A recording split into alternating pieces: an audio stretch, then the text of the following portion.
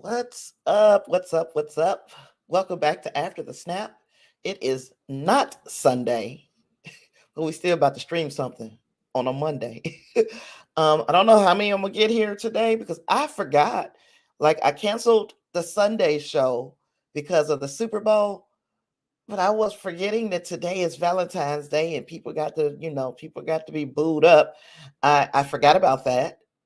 So if I don't get anybody, say in a half an hour, I'll call it one.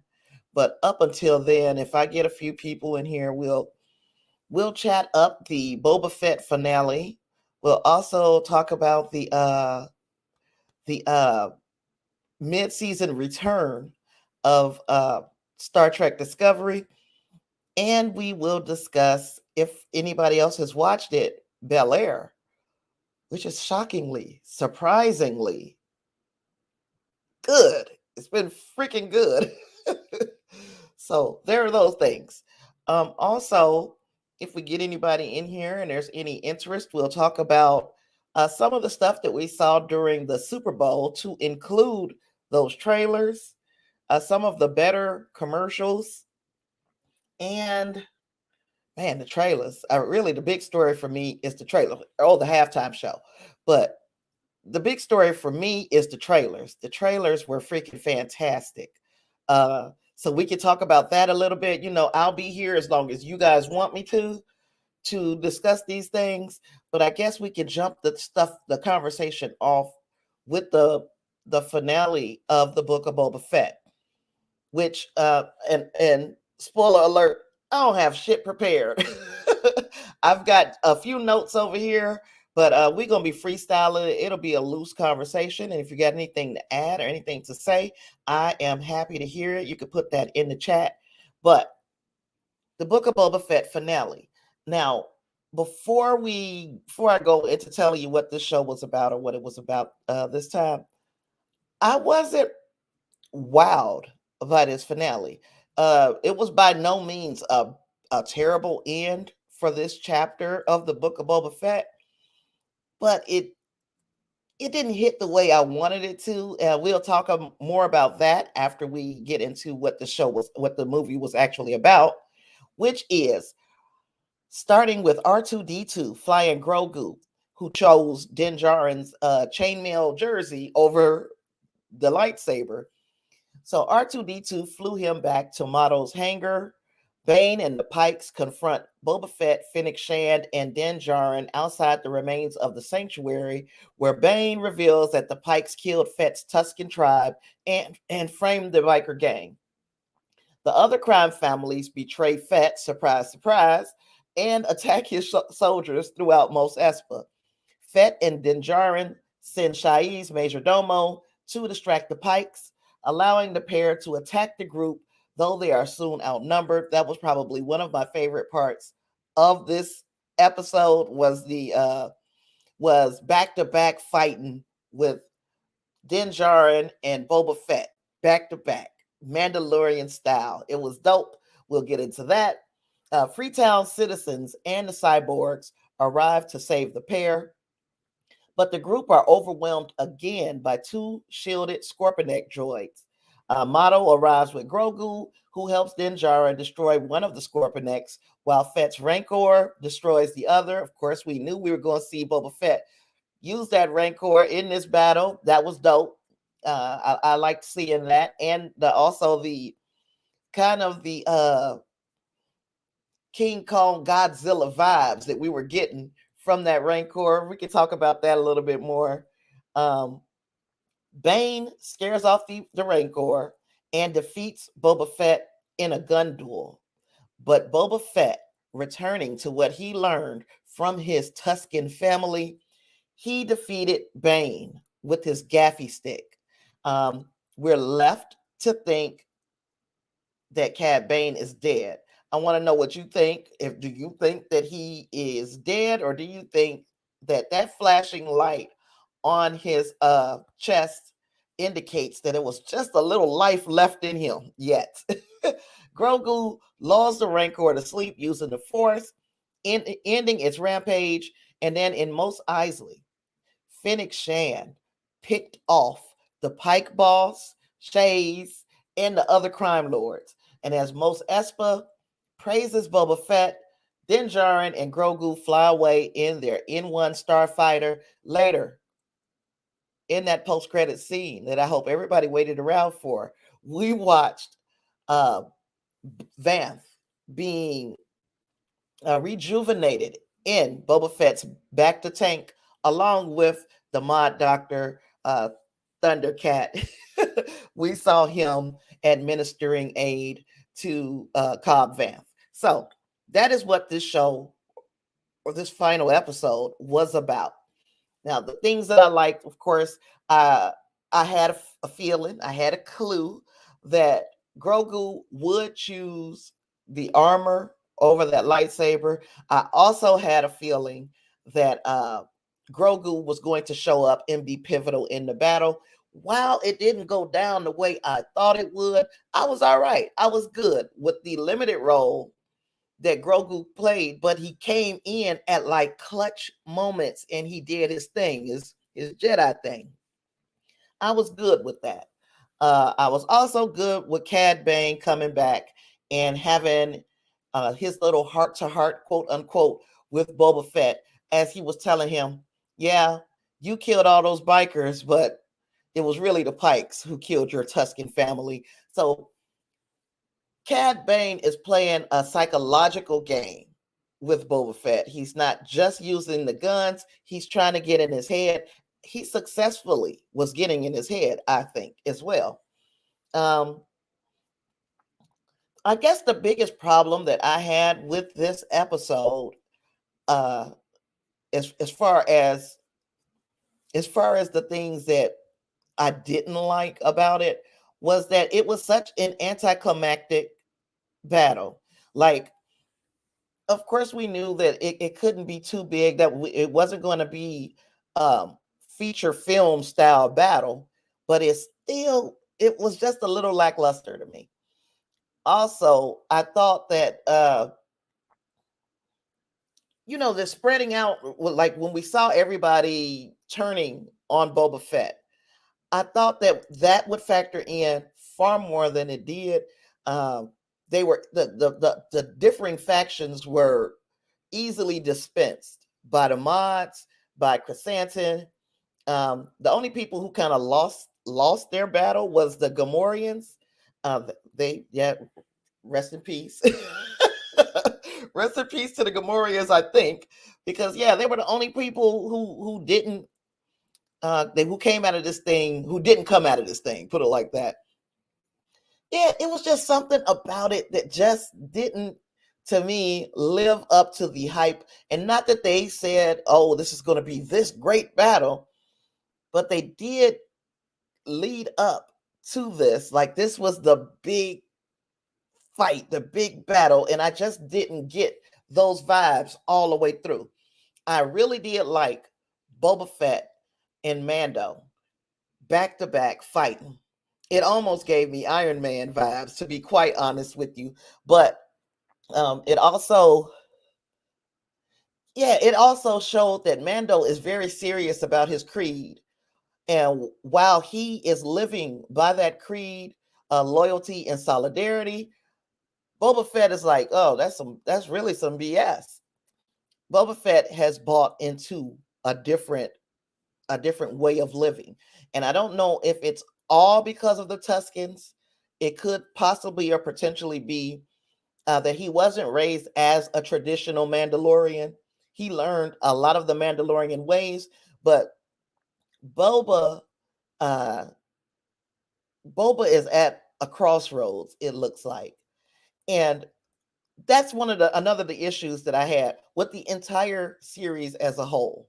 While every episode was pretty darn good and I enjoyed them all for the most part for different reasons, when we took that departure, that 2-episode departure, and we went into Mando's story, and then we went into just a regular kind of Star Wars story with that following episode, I feel like we lost some of the momentum to go in further into Boba's story. And I don't know if that was by design, or if they just wanted to stretch this series out, or what, is it kind of diverted from being Boba's story, went into Mando and Grogu's story, went into a traditional type of Star Wars story, and then came back to Boba.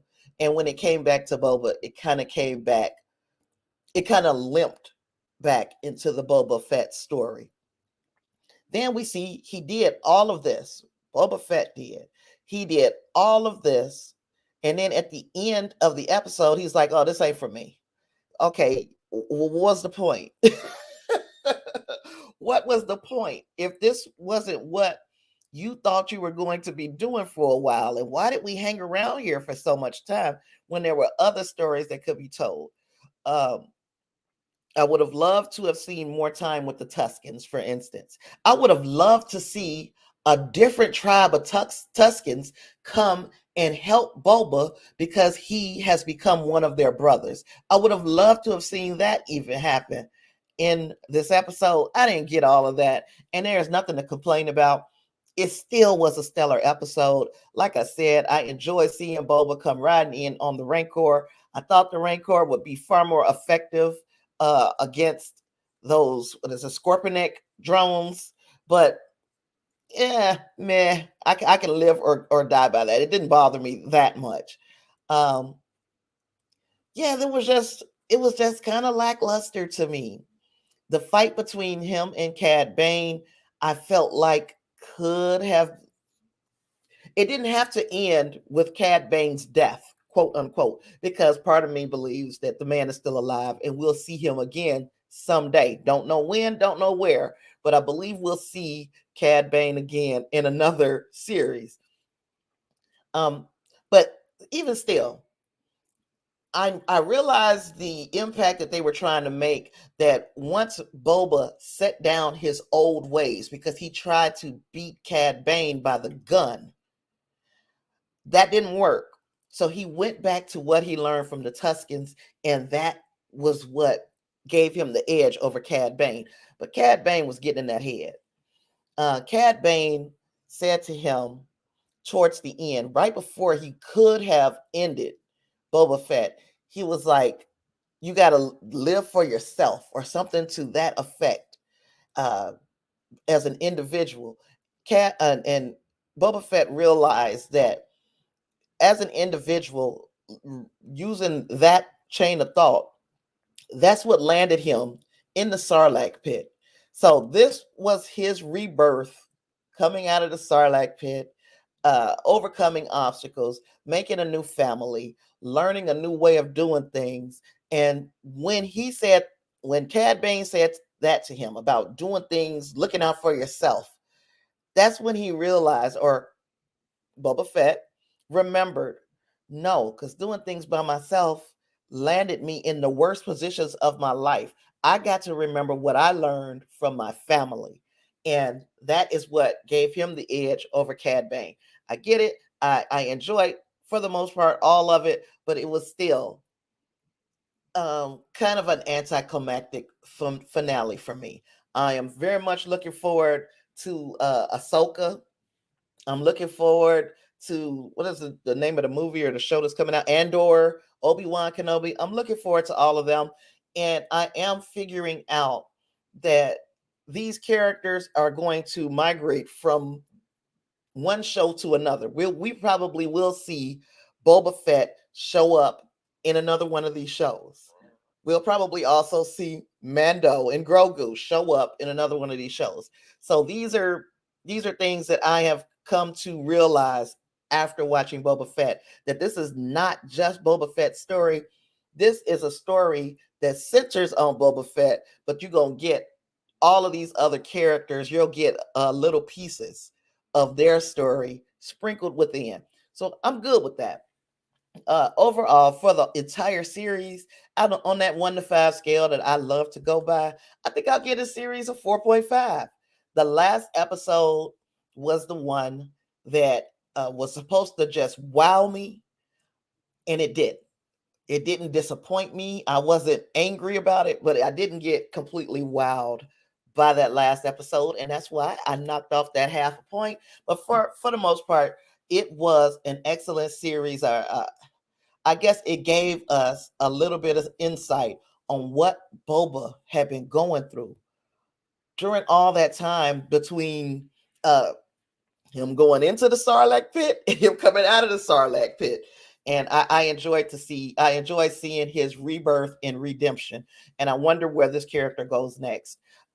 There were some hints, and I don't know if it was Tamora Morrison telling us, basically what he would like to see happen, or should we look forward to seeing this happening? He still got a bone to pick with Mace Windu. And I'm wondering if or whether there will be a second season of the Book of Boba Fett. And if not, will we see those two go head to head in another series? I guess that remains to be seen, but it's something I'm looking forward to. I would like to see how that would go down. And I hope it doesn't go down with Boba Fett dying in any kind of way. I want to see Boba Fett in more things, and I want to see that character fleshed out a bit more. It was only 40 years that we've been waiting to get more to the story in a live action way. So this was, I guess, a pretty decent introduction. It gave us some ideas of what he had been through. So if you got an opinion on the Book of Boba Fett finale, I'd love to hear it. If you are watching this right now, you can put it in your chat, or you can hit me up on the rebroadcast in the comments. I would love to hear what you have to say. Then we're gonna move. Before I move into Star Trek Discovery, the mid-season return of that. If you want to tell me what you're watching, I'm ready to hear it. So what you watching?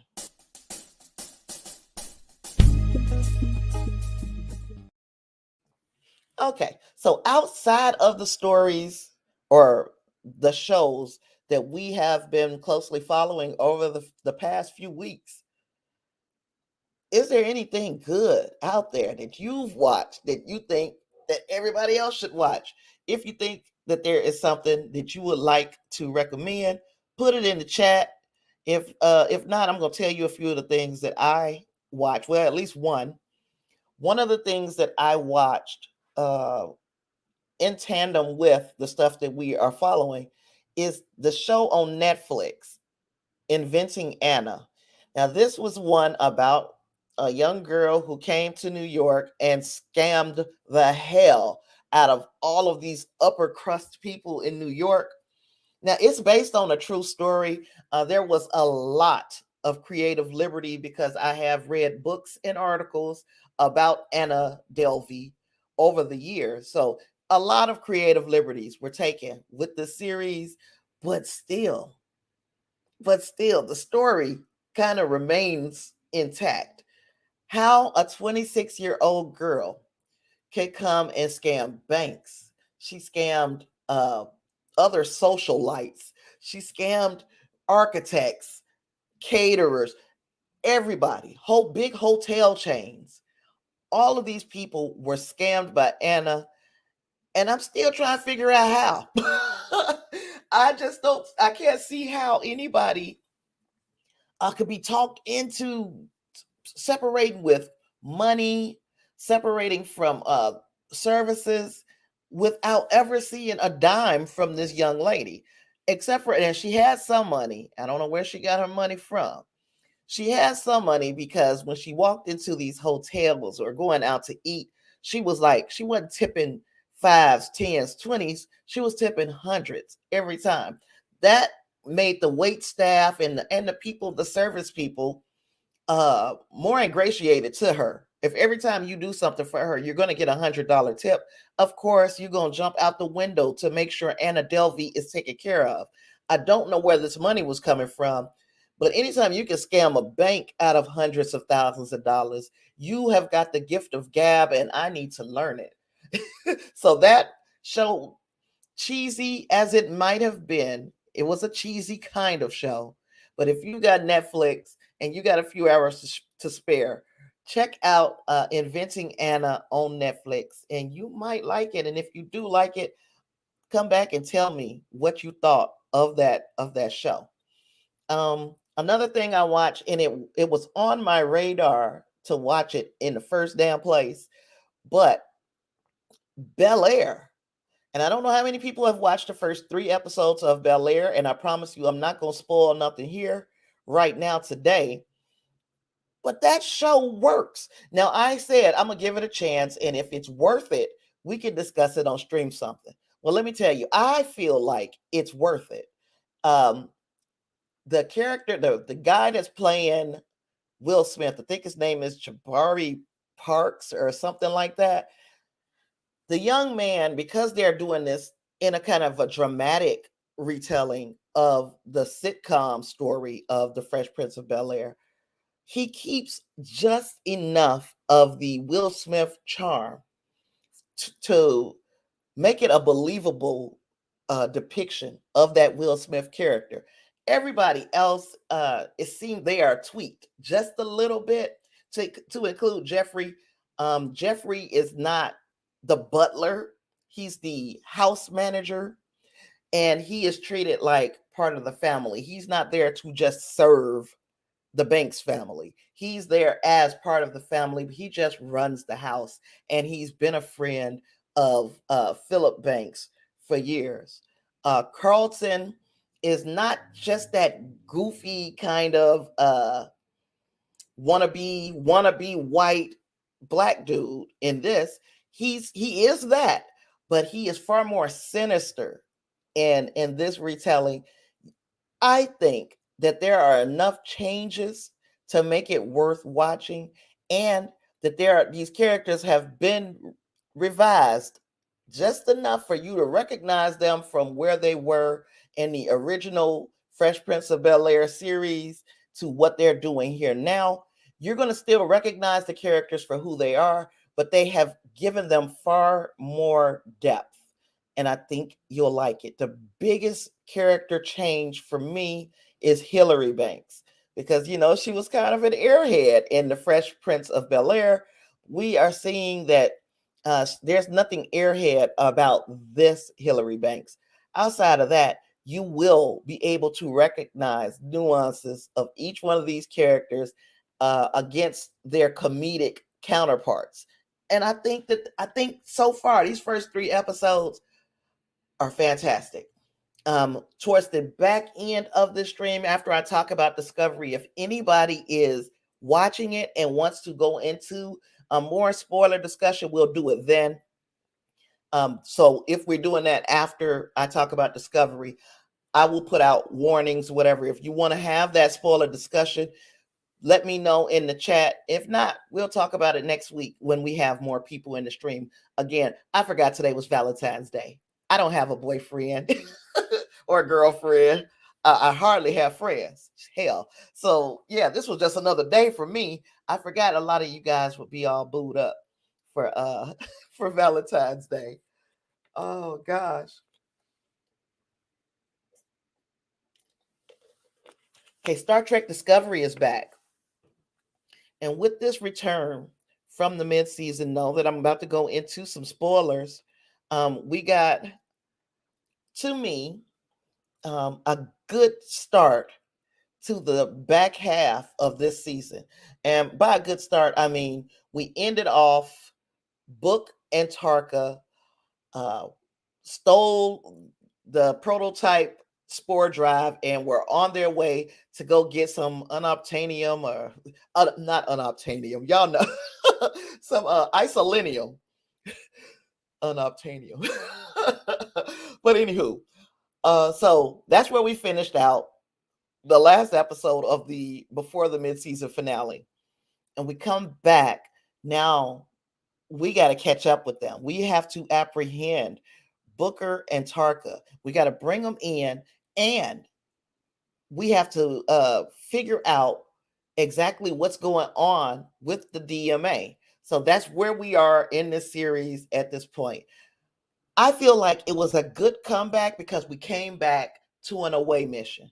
We didn't come back and sit on the ship and cry and hug and no, we went down feet first into an away mission on this Karma Barge. I don't remember, Karma Barge.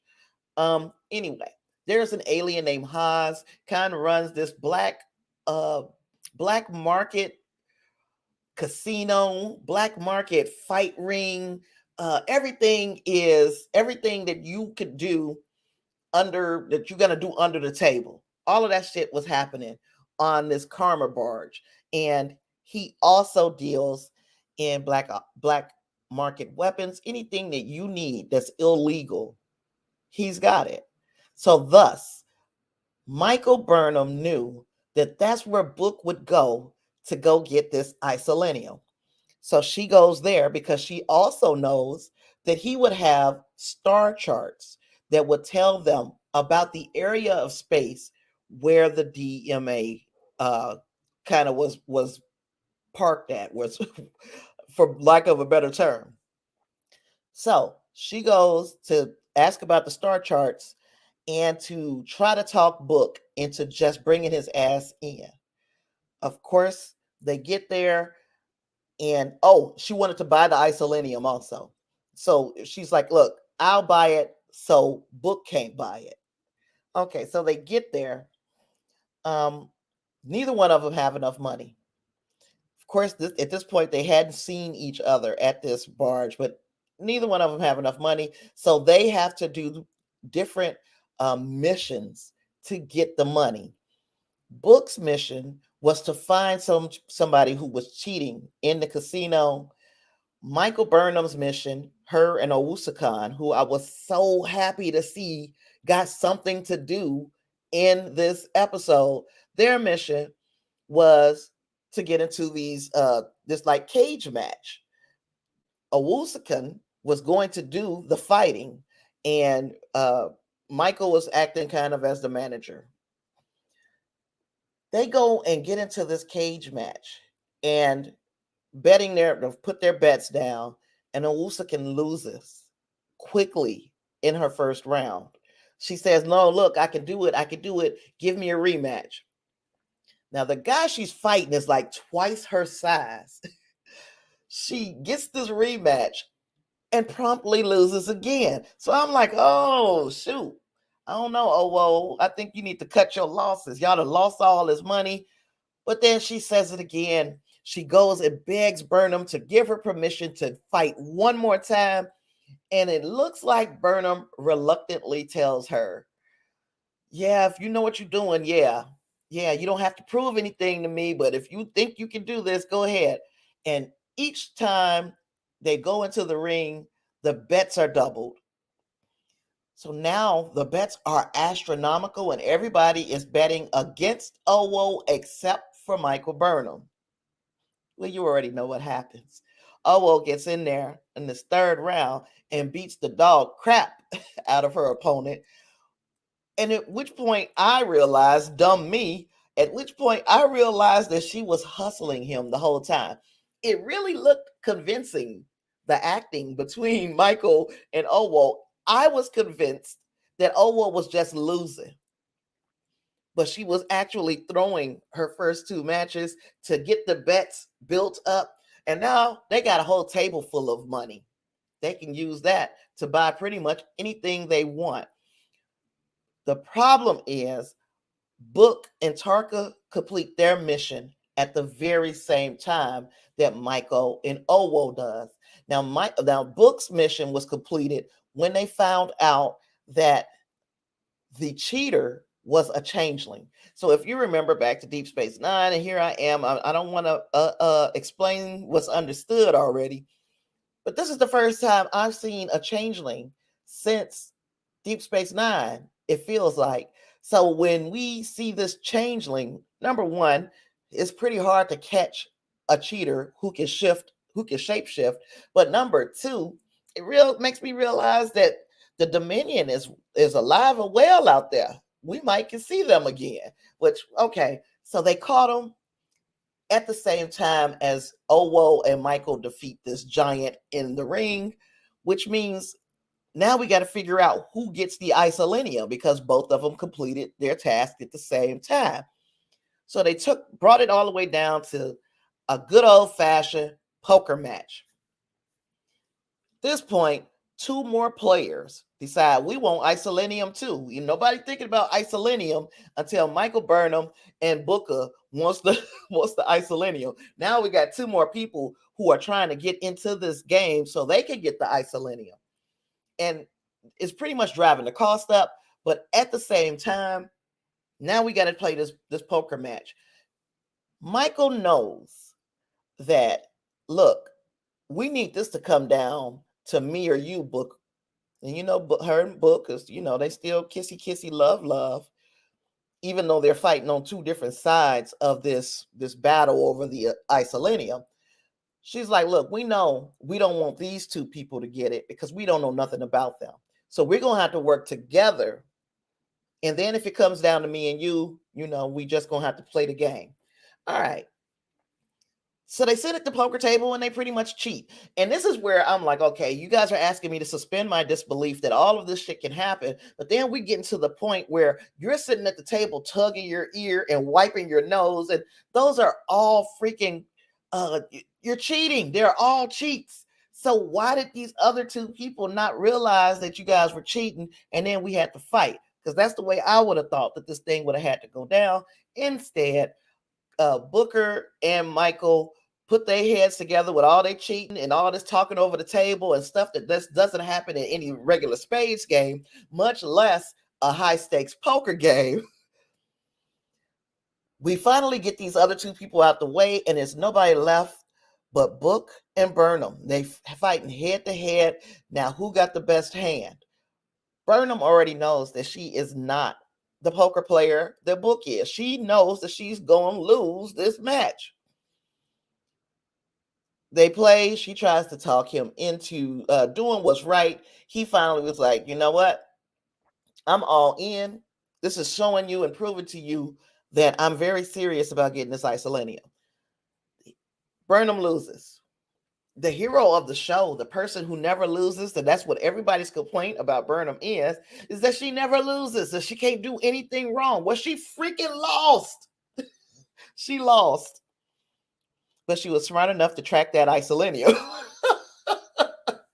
So that's how we end the episode. Again, I felt like it was a good return from the mid-season. We are back. We know what the DMA is also. We found out that the DMA is not just a weapon or just a naturally occurring event. We now know that it is mining equipment. And it is just traveling through the stars, looking for traces of a mineral called boromite. And if it finds it, it's only in small little pieces. And they're just going to drag it out of whatever planet, star system, solar system they can. They're just going to drag this boromite out using this mining equipment anomaly. So the anomaly, we're figuring out, okay, this anomaly is mining equipment. So if this is what their freaking mining equipment is, what the hell would their weapons look like? And now we got Book and Tarka going out trying to find them and destroy their mining equipment, which could be seen as an act of aggression or an act of war. And you do not want it with a civilization that has mining equipment that's powerful enough to destroy planets. Anywho, that is our dilemma moving into the next episode. I'm so looking forward to seeing how this thing goes. I was so very happy to see somebody outside of Michael, the regulars, get some shine. And Owo, she played a very big part in the success of this mission, even if you could call this a success. She played a huge part in that success. And it looks like Book is at the point of no return. He's pretty much, he pretty much has chosen his side.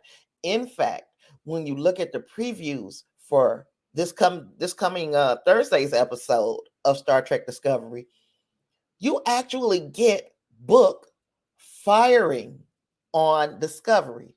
Now, if Book is firing on Discovery, it's a wrap. When they find him, it's a wrap. Not even saying that he is the one firing the weapons. It's his ship. If he wasn't in the ship, if he wasn't the person using the spore drive, if he wasn't there, this couldn't happen. So he is at fault, at least by association. But if we find out that he's the one firing the weapon, we could just go ahead and write book ass off. I mean, I guess this might be it. For not for just for him and Michael, but for the Federation. They would lose their trust. They would never be able to trust Book again. So we're getting into now seeing what happens next with him and seeing what happens next with Discovery. And I'm super excited to go into next week and see how they or whether they are able to talk some sense into Book.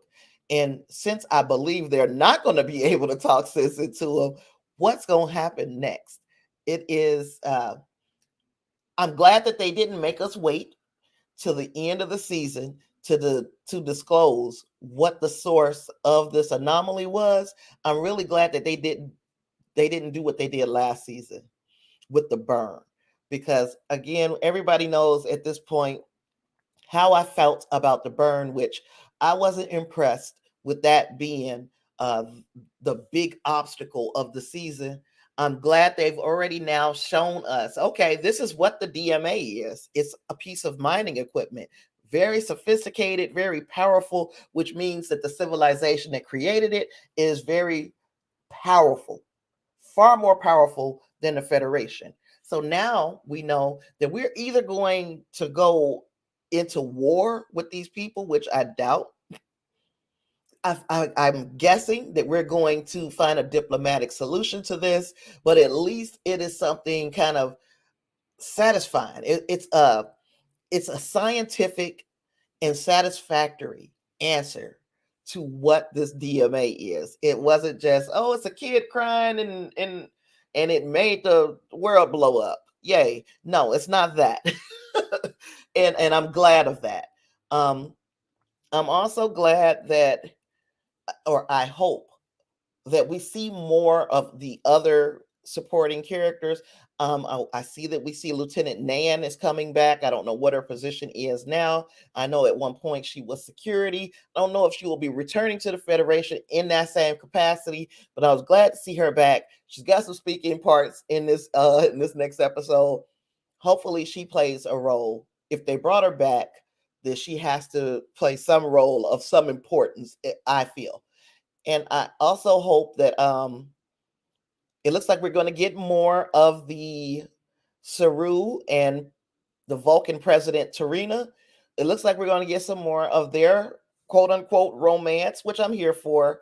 Yeah, I'd rather see kind of an interspecies romance. It's far more interesting to me to see that type of romance played out on screen, because these are two species that we can't see the compatibility in. Kind of like when we had Tom Paris and B'Elanna. We saw that, or Worf and Jadzia. That kind of romance. Even Riker and Troy, even though they kind of, they both present the same way. I like the Vulcan Tarina and the Saru situation, and I want to see how that plays out, and if them getting together makes their own species any stronger, their planets any stronger. If you are partnered with what we're calling Navarre now, but it was Vulcan, what we're calling Navarre now, if them and Kaminar get together, what kind of power couple could Saru and Tarina be? And what would that bring to the Federation? I'm looking forward to seeing that as well. It's a lot that I'm looking forward to, and I hope they do not fumble this shit. We've got some resolution as to what the DMA is. So now we've had an episode that, while it was entertaining and it was different from being on the ship all the time, we got this away mission. We need to hit the ground running now. We've only got a few episodes to wrap this season up in a satisfactory way, and I really and truly hope they nail the landing, that they stick the landing this time. While last season, after we got the resolution to the burn and we had this battle with the Emerald Chain, that for me to me was far more interesting than the resolution of the burn. I want the way, however they end this season, to be like, it all makes sense and it was highly entertaining. That is all I'm asking for, and I'll think that this will have been a successful season. As far as this episode coming back from the mid-season hiatus, on my regular 1 to 5 scale, y'all know I like 1 to 5. On my regular 1 to 5 scale, I'll probably give it a 4. I'm not going to jump out the window. We're going to see what happens next week. But a 4 is solid to me. It's still like, it's passing, it's beyond passing, above passing. So yeah, so those were my thoughts on Star Trek Discovery. Oh, and I forgot to mention um Culber and Stamets. They had a little conversation where we see Culber in their quarters cleaning, which, who cleans in the 32nd century? Who cleans? The ship will clean itself, but that's what nervous energy looks like. And I do the same thing. I don't clean until I am extremely agitated, and I stay extremely agitated, by the way. But I don't clean like that, like deep cleaning, unless I got something on my mind heavily, and I'm combating my anxieties. Well, it looks like Culber has that same issue where he has to busy his hands when he is in this anxious state. By him being the ship's counselor, he feels like he let the ship down because he didn't see what was going on with Book. He didn't see this shit coming. Of course, nobody could particularly, you can't read a person's mind. You don't know what they're capable of in their own grief, but he is taking this and putting it all on himself. Stamets comes in and has a conversation with him, and I think as a couple, those two, he definitely can read his partner. That's one. And then number two, what he was saying resonated with me. I can feel that the advice was sound and personal, and they knew that they had to kind of remove themselves from the situation. They went to the holodeck to have themselves a nice, quiet talk with one another. And I thought that was a classy way to handle it because, we know that Culber is a perfectionist, and he feels very responsible for the mental well-being of the people on the ship, but hardly anybody would look out for his own well-being, and he wasn't looking out for his own mental well-being either. Could have ended up in a breakdown. Fortunately for him, he had a good partner who understood exactly what he was going through and what he might need in that moment, and he made sure he got a little bit of time to decompress, to remove himself from the situation, and to realize that he did everything that he could for Book.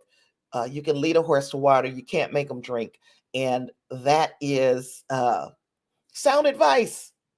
I thought Stamets and Culber, that little aside, and it was just a small one scene, but it was enough to make us realize that that Culber is having difficulty with this, number one, and that Stamets understands that, number two. So yeah, it's still a 4 for me though. It's still a 4, but I did appreciate those nuances in the characters and how they understand each other. So yeah, next week we got another big episode, and hopefully it is get furthering the answer to the question about not what the DMA is anymore, but who sent it. That's what I want to know now. And I don't want to wait till the last 2 episodes to find out. I want to know. Excuse me. I want to know ASAP. So now, yesterday was the Super Bowl. and I watched it. I watched it mostly because of mostly because of the halftime show, mostly because of that. But also, we all know that there are a ton of commercials, and usually trailers drop during the Super Bowl. If you got a big movie coming out, usually you'll put a trailer out during the Super Bowl. Yesterday's Super Bowl was no difference. Hey, Lysandra, how goes it? Yesterday's Super Bowl was no different. We got, of course, we got a trailer for Jordan Peele's new movie, Nope. And I'm still trying to figure out what the hell that's about. I think Nope stands for something. But yeah, I was interested and intrigued by that trailer. Then number two, we saw a trailer for Jurassic World. I don't know if it's what is it called, Dominion. We saw that one. We saw a trailer for that new Ryan Reynolds movie, uh, The Adam Project. Oh, that looks so good. I can't wait to see that. But yes, that looked really good.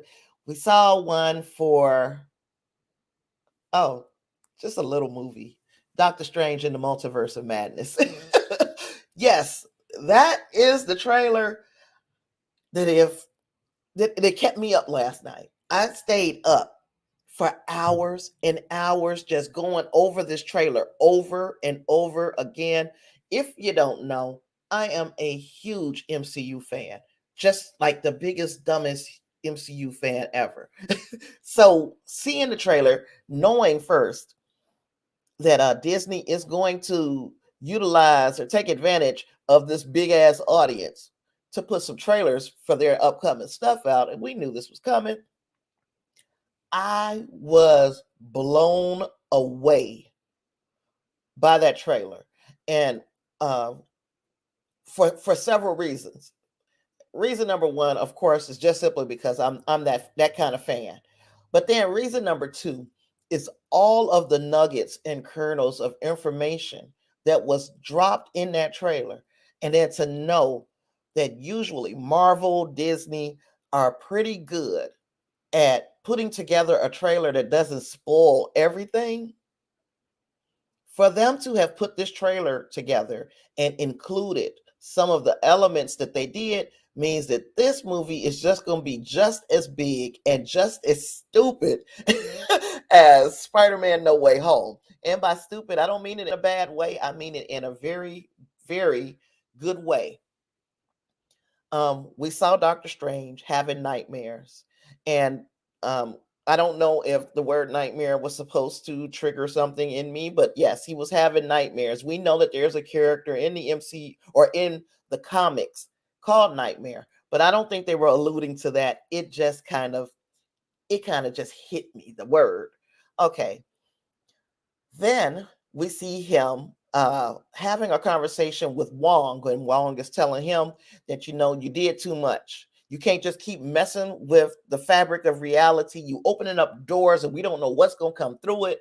In the meantime, we're seeing scenery that looks just like if you watched What If on Disney Plus, you know that the scenery around that kind of like grainy black and white kind of or kind of a sepia toned scenery around Doctor Strange when he was looking up at uh at the sanctum, it looks just like the stuff from What If. It does not, it's like, okay, they're tying this crap in from What If to Doctor Strange in the Multiverse of Madness. Okay, so then we see Mordo comes, and he's got the new hair. He's not looking the way he did the last time we saw him, and we also know that the last time we saw him, he was like, you can't keep doing these kinds of things because someday the bill comes due. So we remember him saying that in the Doctor Strange movie. As we come into this uh trailer, you see him saying, I'm sorry, Stephen. And then we see the shackles on Stephen Strange's hands. So now I'm like, okay, is he going to the TVA? You only have seconds to think about these things because the next scene is coming. The very next scene, what do we see? We see him being detained by some goddamn Ultron sentries. And I'm like, wait a minute. They're taking him to Ultron? You only got a second to think about that, because the next thing you see is what appeared to be 6 or 7 chairs set up like a judicial type setup. Like you're standing before these 6 or 7 judges. I couldn't tell, because I say 7 because Dr. Strange was standing, he was blocking the view of the chairs. They were kind of set back, and he was kind of blocking the view of either 1 or 2 chairs. But then we see a person sitting in a chair, and we see an empty chair. We see Dr. Strange. We see some other chairs set off on the side, right? Then we hear a voice saying, well, maybe we should tell them the truth. And I'm like, no, wait just a.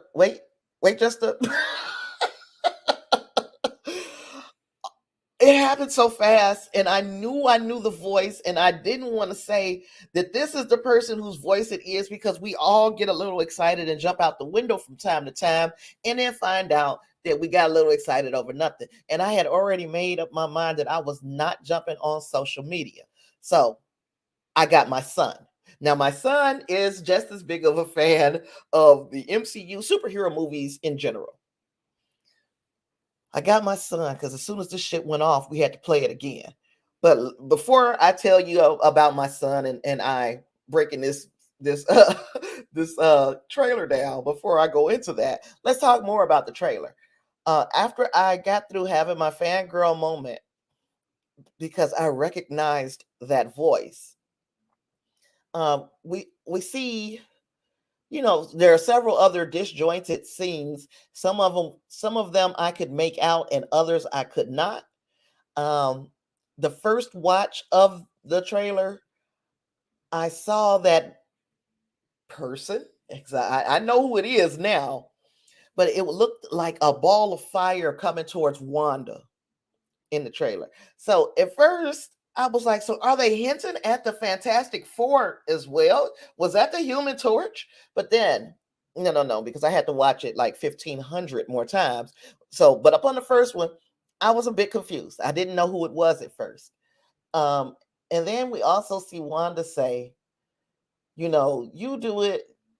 You do stuff with reality and you become a hero, as they unveiled this big ass statue of Doctor Strange. And then she was like, when I do it, I'm the enemy. And then the way she looked at him. Now we knew that Wanda could very well show up as as the antagonist in this movie. We had a feeling, especially after watching WandaVision. If you watched WandaVision, you know that things were being set up for her to come back in this thing as a villain. But when she said, that doesn't seem fair, does it? Oh my gosh. It was like the sweetest, quietest evil that you would ever hear. It didn't seem like she was trying to be evil. She said it in a sweet but calm but quiet voice. But when people talk like that they ain't doing nothing that makes this for any good. Oh,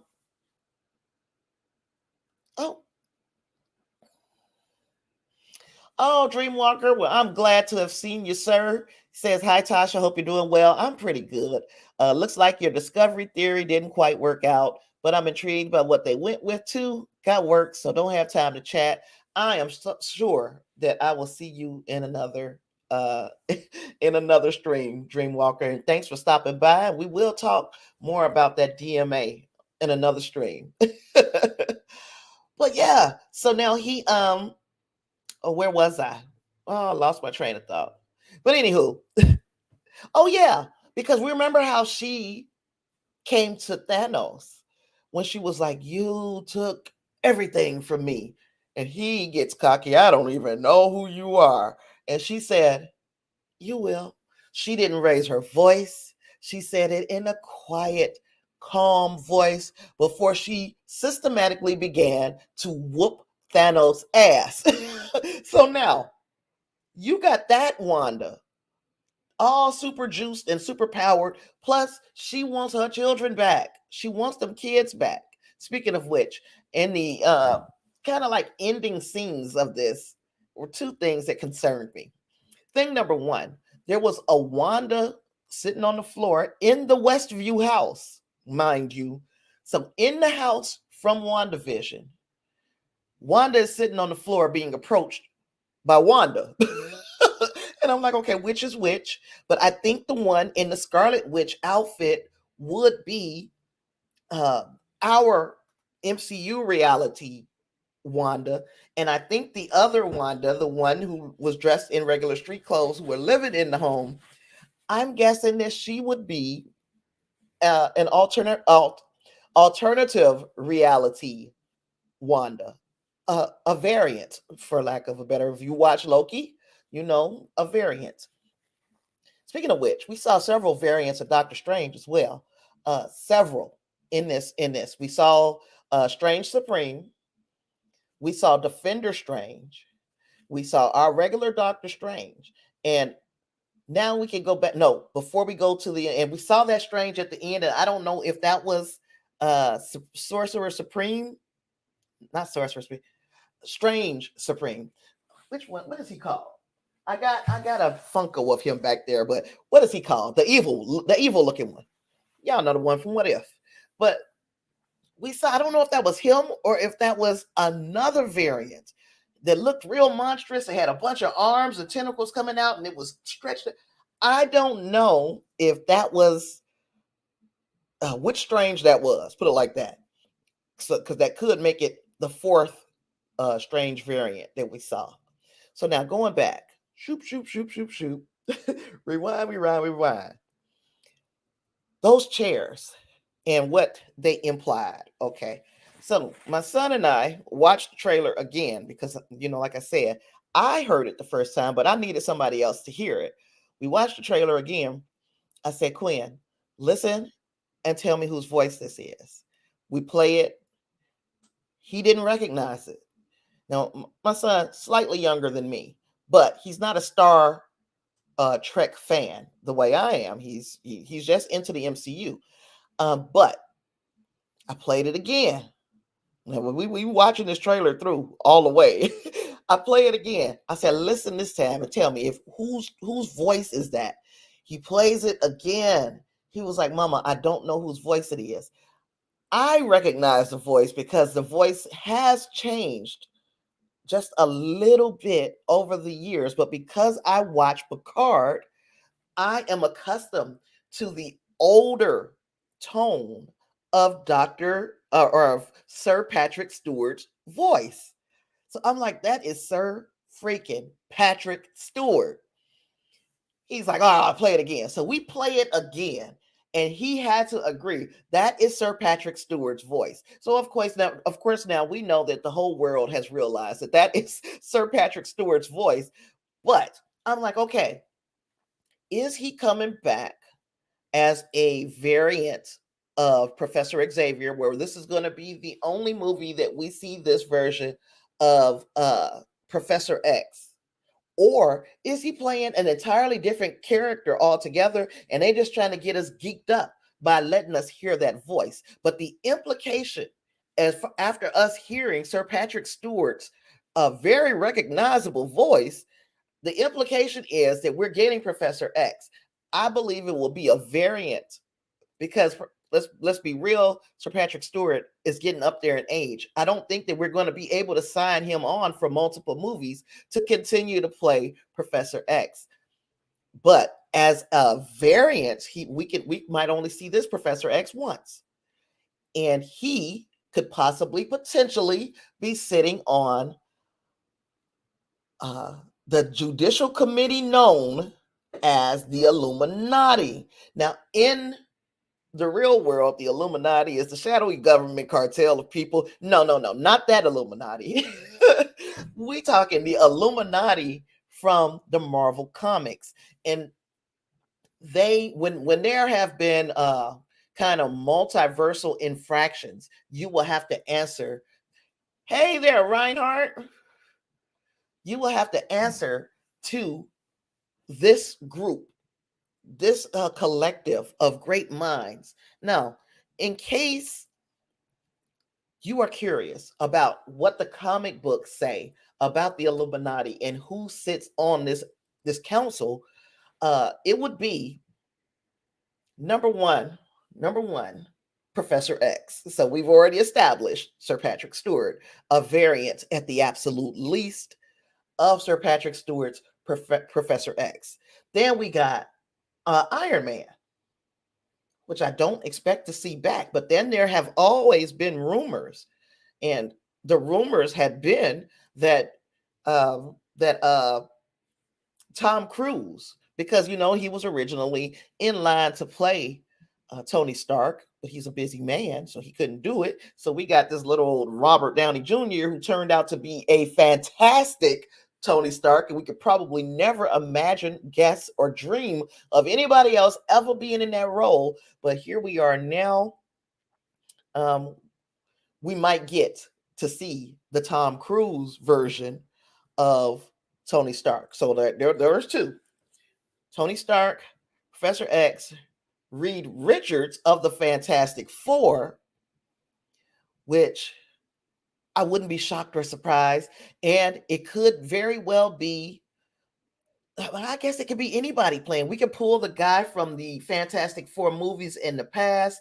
You could do the fan casting that everybody has been looking forward to, which would have been that John Krasinski, Reed Richards. Well, whatever the case, we know that Reed Richards is one of the people who sits on the Illuminati. I hope you're still here, Reinhardt, because you might need to help me coming towards the end. I know Namor is one of the people, and Namor is an antagonist, or I guess an anti-hero of Black Panther. The fifth one would be, is it T'Challa? I think T'Challa. Then we got 6 would be Black Bolt, and 7 would be Doctor Strange, if I'm right. Now, Reinhardt, I don't know if you're still here. If you're still here and I got them 7 people right, let me know in the chat if I am remembering my people correctly. But if that's the case, I don't think there would be a Doctor Strange. Would there be a Doctor Strange variant sitting on a council for Doctor Strange? That's it. Good. Thank you, Reinhardt. So would there be a Strange variant sitting on a council for Doctor Strange? That's my question. So what it looks like next is and who knows what they sentence him to or what his penalty is. We are seeing him with America Chavez quite a bit, and now America Chavez is her power is basically, I think she kicks open portals to other realities. So she would be able to move through all of these different realities with ease because that's her power. So we're seeing her in the movie. Then remember I said I thought that was the Human Torch. After watching it again, I realized that was a Carol, maybe not a Carol Danvers, but it was a Captain Marvel variant. And put my glasses on because Reinhardt is spitting some knowledge over here and I can't see. Reinhardt says it changes up every once in a while, but it's mainly those group of people: Reed Richards, Tony Stark, T'Challa, Professor X, Black Bolt, and Namor. So yeah, so that's it. Okay, thank you, sir. And if it changes up, I know I've heard in the past, I've heard that Black Bolt is one, Doctor Strange is one that I have heard on those on that board. At least I've heard of it once, at least. So okay, because if they bring back Black Bolt and you are a freaking Star Trek fan, you're gonna be like, oh God, because we would have Professor X, who is also Jean-Luc Picard, and we could potentially get Anson Mount, who was playing Captain Pike. He could also potentially be Black Bolt. So there are ties to both of these universes. I am so freaking, like, last night I was like legitimately out of my mind. I watched this trailer several dozen times.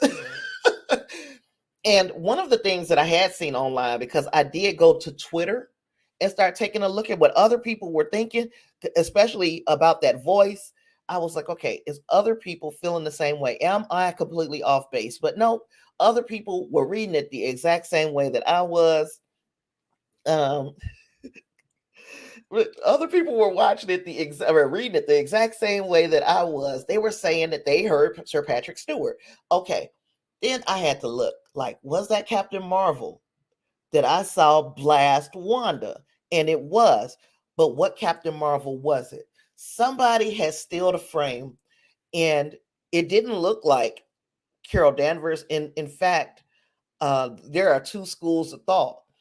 One group on Twitter believes that it was not Monica Rambeau from WandaVision, but her mama Maria Rambeau. They believe that it was Lashana Lynch as a variant of Captain Marvel. Then there is another school of thought who thought that it was a variant of Tony Stark. And I see Amy Chibi. Let me see. Um, she says, I have heard some people say that was not Captain Marvel, but instead a superior Iron Man. Yep, which is a phase where Tony became evil and went the let's become a god route. Now, I'm going to tell you, thank you for sharing that, by the way. I'm going to tell you what I was thinking. Because of those Ultron sentries, I I went there. I said, you know what? That could very well be that Iron Man character, that superior Iron Man character. Did the character uh have those infinity stones? I'm going to pull up the picture that I saw on Twitter, and hopefully I can find it, and then you guys tell me what you think you see. Because at first I did, of course, if you're looking for something, you're going to see it. So of course, at first I thought it was not Monica Rambeau, Maria Rambeau. But then the second thing I thought I saw was Iron Man. Or could it be both? And that's potentially a possibility. Who knows? But yeah, I'm gonna try to find the picture that that everybody is talking about, and then you guys let me know what you see. Okay, I'm gonna get this as big as I can get it. And I'm gonna share my screen with you guys.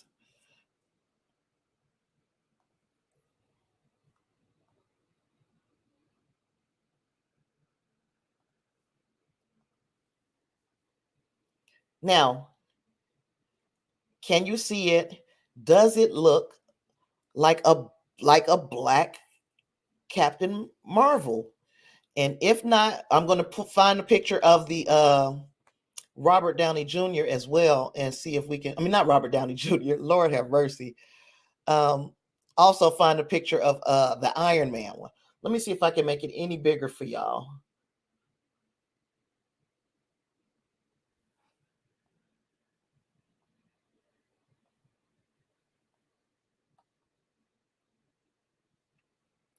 What y'all think? Because this really, in my opinion, it really does look like Lashana Lynch. When you look from one to another, I don't see the mask. I see too much of the forehead. Um, yeah, at first, like I said, at first I was misbeliever. I was believing that it was the Human Torch, but that was the first time I saw it, and it happened too quick. But then after I looked at it again, I saw it in both of the ways that people have been talking about. People have been saying that it could be Superior Iron Man, or it could be Captain Marvel. Okay. Amy Sheeby says the problem is the blue glow in the chest. That's very Iron Man like, and the blue color is more associated with superior Iron Man. And I get it. Yeah, it could very well. this thing can go either way. I'm gonna find the other picture of the other side by kind of side by side. Where doesn't even a side by side. It was a picture of it was another one of those pictures. You say you think it's her or somebody. Yeah, it's somebody. I'm trying to figure out who. You know how I do though, Reinhardt. I just keep looking until I see something. It's not necessarily I'm gonna ever see the right thing. I just like to have a theory cultivated. Oh, I have heard that too, Amy. The third option, which is less likely, it could be a member from the Nova Corps because the colors also match and the character can also glow when powering up, similar to Captain Marvel. That is something else that it could very well be.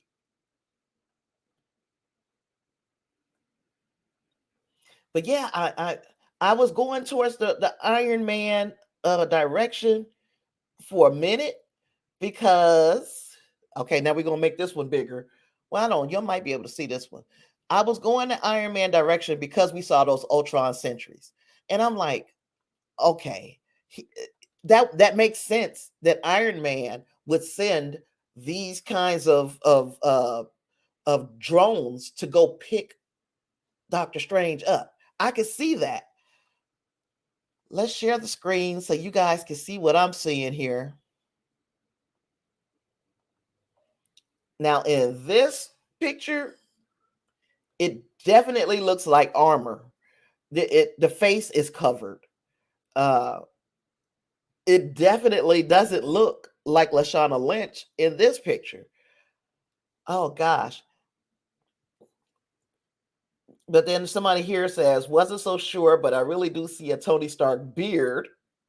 Tom Cruise, Superior Iron Man. I don't know, but I do feel like I see the face is a bit covered. And I think Amy, I'm like you. This is that the Nova Corps is a possibility, but a less likely possibility. The first two, Lashana Lynch and this being the Tony Stark Iron Man, not Tony Stark Iron Man, but the Superior Iron Man. Those are the two to me that are the top uh two contenders on what this could be. You said, now the problem for me with this picture is the hips are very wide and female, like which has me in doubt. Yeah, the waist is smaller.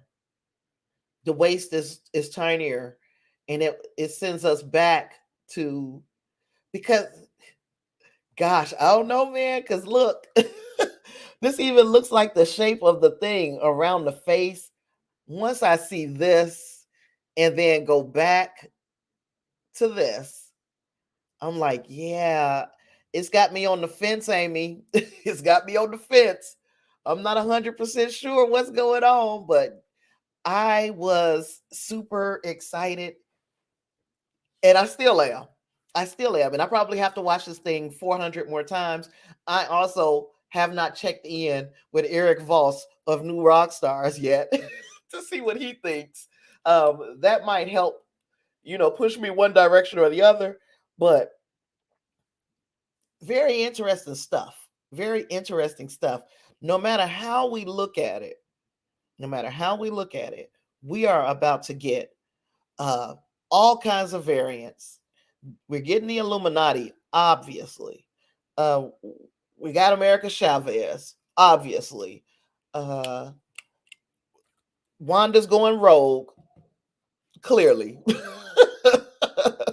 Hopefully, Wong is not going to die in this doggone movie. I'm not ready. I'm not ready for no death. I got a feeling that somebody is going to bite the dust, and he would probably be the likeliest suspect outside of Mordo. I could see them offing him, but outside of Mordo, the next likely person that I got on my bingo card of who could possibly potentially die in the Doctor Strange movie would be Wong, and I really hope. Lord have mercy. I'm not. I wouldn't be ready.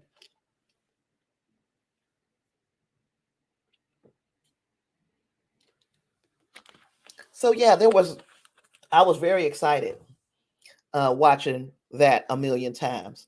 I watched, of course, the Moon Knight trailer that came on.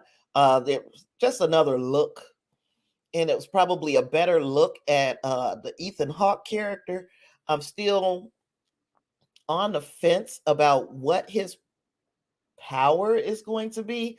But we do know that he's supposed to be kind of like a cult leader. But I mean, besides that, besides being able to manipulate people's minds with your words, what else can he do? Because he has to be able to do something else to show up in a show with a Moon Knight. They also put out a new poster for Moon Knight. That Moon Knight poster is so dope. And I'm gonna pull it up just in case you haven't seen it.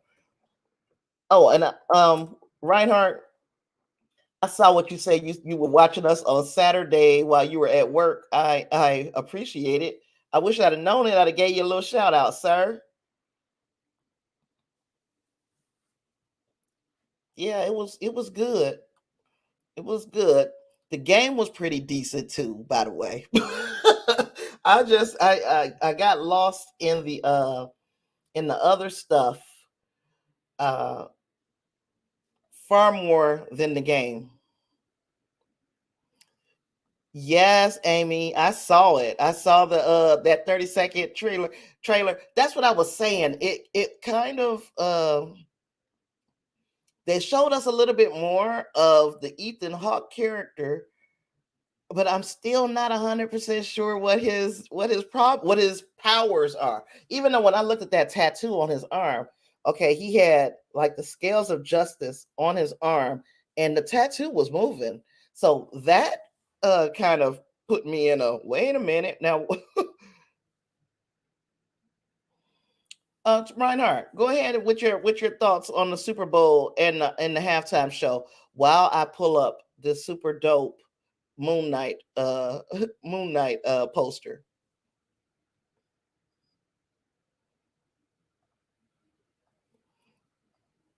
Now, Amy, you said based on that is four Doctor Stranges. The normal one, the more sinister one, the Defender Strange, and see that's the last one. And I was wondering, okay, because remember how in the What If cartoon, Amy, that last one, I was like, okay, is this like that Strange Supreme? Would he have been, remember when he was changing to stuff because he had sucked in all of those different entities? So I was thinking, okay, we're either seeing Strange Supreme transforming into something different because he had sucked in one of these different entities into his body, or this is an entirely different Doctor Strange. And it did look like a zombie, but what was all these arms coming out on the side of it? I can't play it because every time I play a Disney or any trailer in my streams, my stream gets blocked. So I don't. If I could play it, I would. So you would see what I'm talking about. If you remember that scene and looking at the way those arms were coming out behind him. If I could find a picture of that, I'll put it up. You say your problem with him being strange supreme is that he's too busy being a jailer. Yeah, like how many different? It's at least four. Like you said, it's got to be that's got to be a different one. But when I looked at this Moon Knight trailer, and I don't know, I can't get it no big. I guess I could. That's as big as I could get it. I think. When I looked at it at first, I was like, it's cool, but what y'all know I have bad vision too. But then I realized that we got Moon Knight in profile, and then we got Spectre or uh uh Mark Spectre, or what is the other entity? What is his other name besides Mark Spectre? Steven something or the other. Yeah. I was like, that's a dope that that actually shows the duality in the different personalities of the Mark Spector Moon Knight character. But anyway, I'm gonna pick up your comment because I see it down here, Anna. Oh no, I see Reinhardt first. I'm sorry. Um, Reinhardt said, "Why is it every year an artist of color does the halftime show always turn into a race thing?" Uh, Somebody said that there were a bunch of hoodlums. Mary J is a lady and a classy lady at that. Dr. Dre is a billionaire, and Snoop Dogg and Eminem are both icons. And this stuff has been out all over, but it's almost like it happens every year. Um, you know why they do it, Reinhardt. And I mean, it's only one reason why. And that's simply because they're racist. It's no other reason to call them hoodlums. I saw some of the stuff on Twitter, and they were actually calling them the N word. So there's that as well. That's it. It's just racism. You know, on top of being an MCU fan and a Star Trek and all the little fandoms, I also used to be very invested in the NFL, and until I realized that the NFL wasn't particularly invested in me. Now, yesterday, and in fact, most years, I watch the big game, but I'm not the least bit shocked or surprised. I could sit through a halftime show of any artist, black, white, purple, green. I might love their music, I might hate their music. The bottom line is, I never would uh, get on there and talk bad about the people just because I don't like their music. So it's got to be more than that, right? And the thing that they could get on and they're saying the things that they're saying is because they're racist, and that's it. If you don't even understand the culture and you're not doing anything to try to understand the culture, then you are part of the problem. Not you personally. You know, I'm not talking to you. I'm talking to whomever out there might have a problem with a person just simply based upon the outside differences. Yeah, but I know what you mean. They don't have a problem cheering for the black guys on the football team. Yeah, I trust me, man. I'm in complete agreement. It's it's it's a crazy dynamic, but it is something that I noticed it. I saw a lot of it on Twitter last night, and I tried to keep my cool and my calm. But at the same time, yeah, we know what it is. And it's sad in 2022.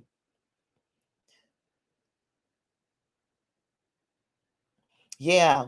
You said you actually Amy Shad says she actually thinks that it is Marvel Zombies Doctor Strange, because if you remember in What If, even zombie Wanda could still retain her powers. Right. So let me see what this picture is looking like over here. And then uh if I can find the picture I'm talking about.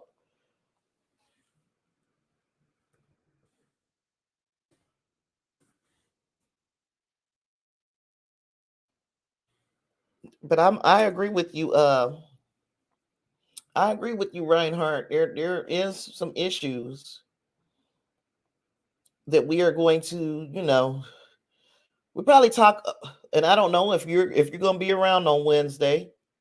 Um, we could talk probably more about that on Wednesday because I am going to talk about commercials and all of that ish that I saw. The trailer talk, this couldn't wait because I'm like, so I was so freaking excited. I couldn't wait to Wednesday to talk about this. So here I am talking about Doctor Strange before I don't even have, half of the regulars ain't even here. Here. You're right. I think you're right, Amy. And I'm gonna bring the picture up just so you'll um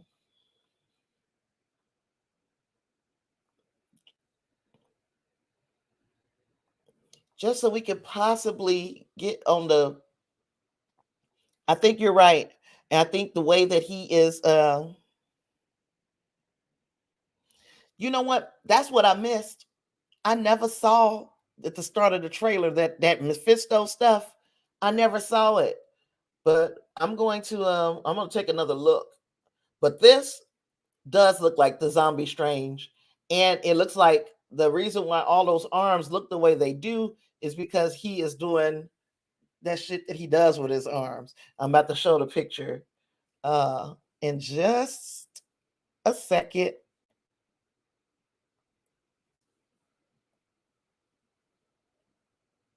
As soon as I can.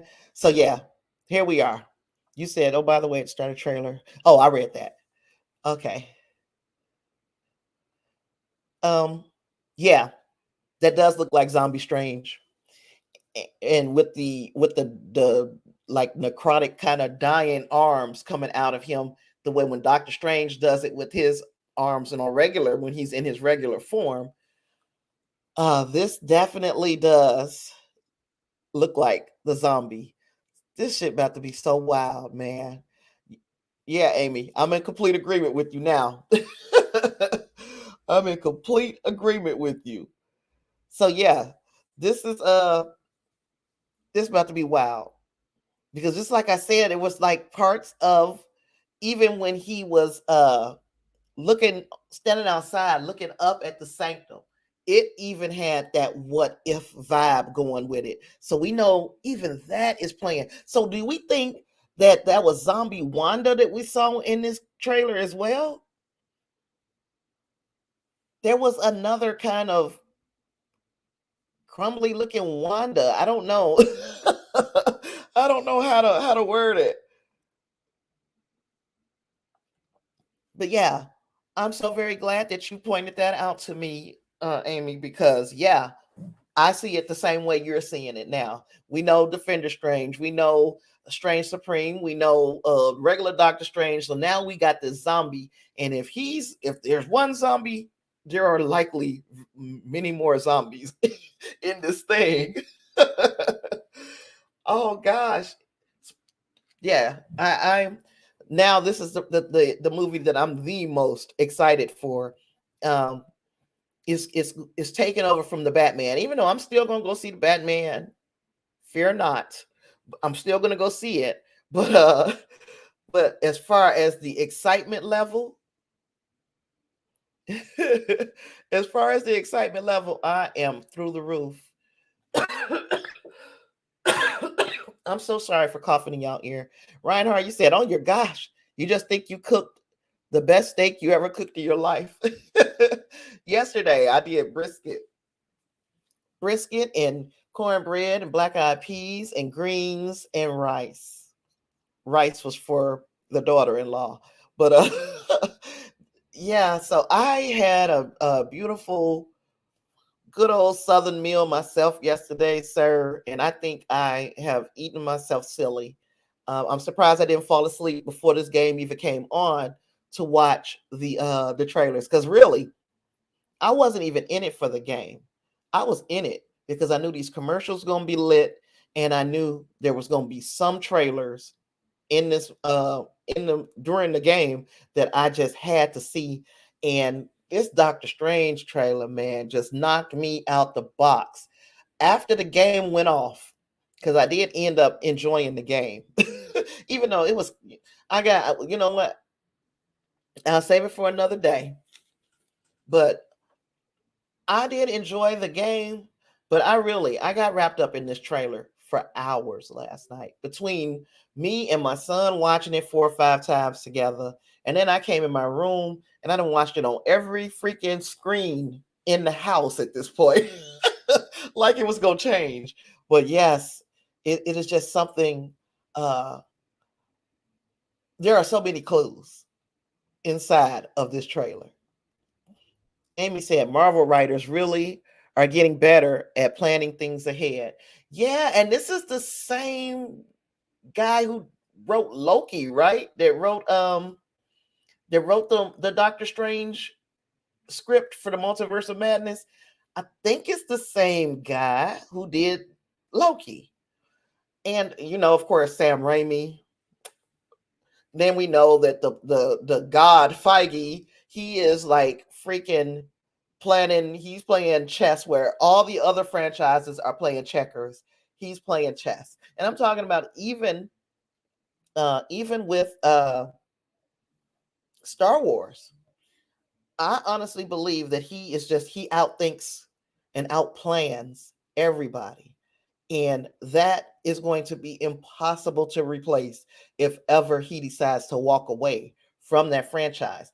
And I also, I don't know how you are on Star Wars. I've starting to love it.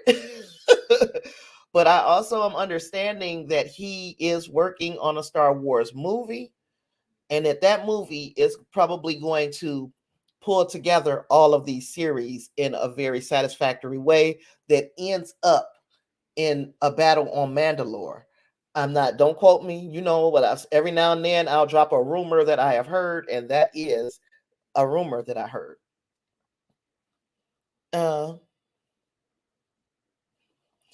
Amy says, personally, I think both Moon Knight and She-Hulk are going to make their debut on the big screen in the Secret Wars movie.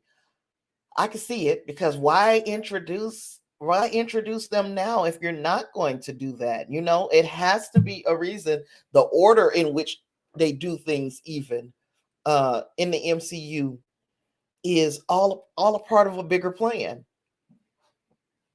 And I believe that you are on to something there too, that they will definitely bring these characters into the MCU proper on the big screen, especially with Secret Wars, and knowing you're getting this big event movie coming up. Why not?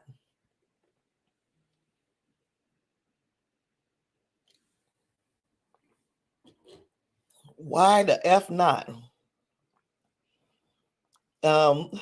Reinhardt said, Star Wars is my jam. Star Trek is still number one in my heart, only slightly. But if Kevin Feige ever leaves it, it would take a while to replace him. I'm going to say this. I like, as far as Star Wars goes, I like Jon Favreau and Dave Filoni put it in their hands. And I think with enough enough of them have worked alongside of Kevin Feige, where you got the idea of how far you have to plan out if you want to have one of these big event type movies. And Star Wars fans, for as much as they complain, they're gonna come out and they're gonna see the movie and they're gonna complain afterwards. But if you put this franchise in the hands of just one person who is doing, the delegation of power outside of that, kind of like what Kevin Feige does. Kevin Feige and his team come up with where they want to end and how do we get there. I think Dave Filoni and Jon Favreau would be the people that you would want to look to do that for Star Wars. And I'm going to go out on a limb and say you could probably pull Favreau in for Marvel if ever Kevin Feige steps down. Not saying that he would be able to repeat the success, but he has the same kind of mind where he's not just planning for this series, he's planning 4 or 5 series out. And that's what I like about the way he thinks, even Jon Favreau, the way he thinks even. So yeah, I think it would be it would definitely be a benefit to keep that type of control in-house with directors and actors that are already in love with the franchise, and that have worked closely with Kevin Feige. And if you've worked with him and learned from him, because I'm still wondering, like, okay, Amy Pascal, and I'm not trying to shit on her. I'm all for women doing that, being in a position of power. But I'm like, damn, has she learned anything? How to handle herself as it pertains to planning these things 4, 5, 6, 7, 8 movies out, but being able to remain mum about all of the details. Because I caught her slipping a few times with the Spider-Man stuff and the Venom stuff. So yeah, Reinhardt said, complain. Tasha, you have never heard Star Wars fans complain. They are always very polite. I'm very open-minded. Not.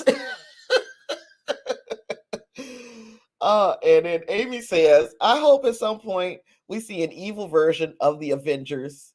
I hope to see Norman Osborn as Iron Patriot, uh, Dakin as evil Wolverine, Bullseye as evil Hawkeye, and this is a wild thought.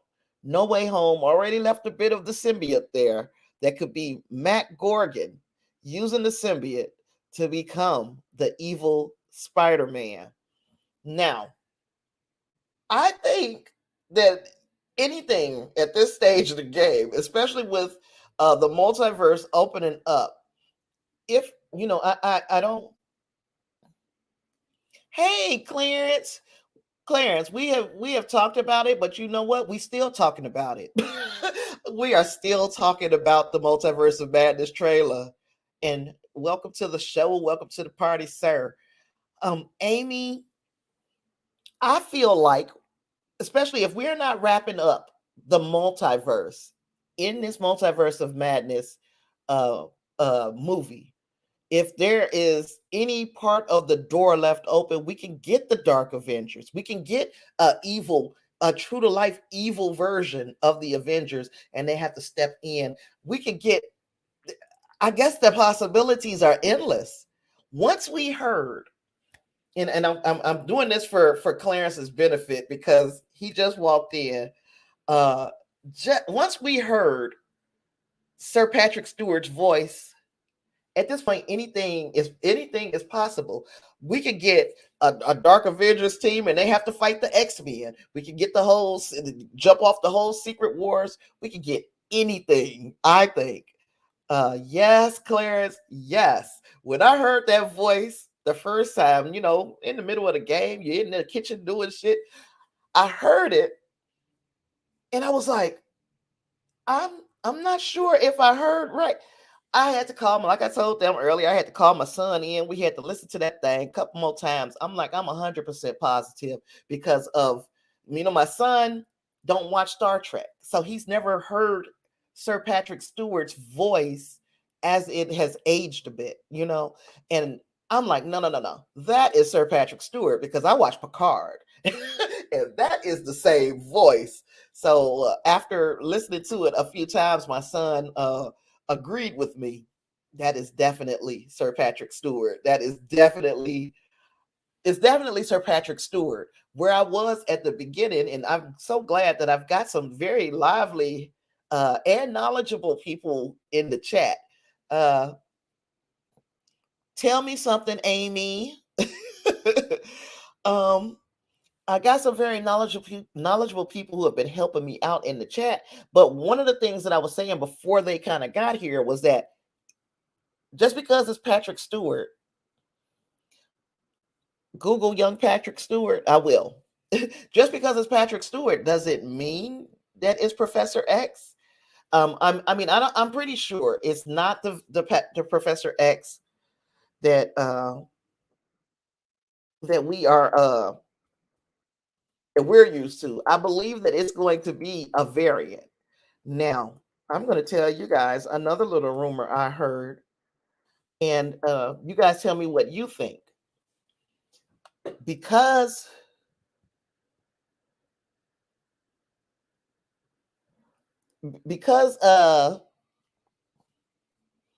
wait a minute. What about young Patrick Stewart now? Besides the fact that he's extremely attractive as a younger man, who is this guy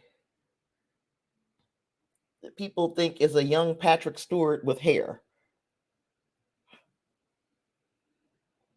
Oh, you said that exactly how good he looked. Yeah, he did. He was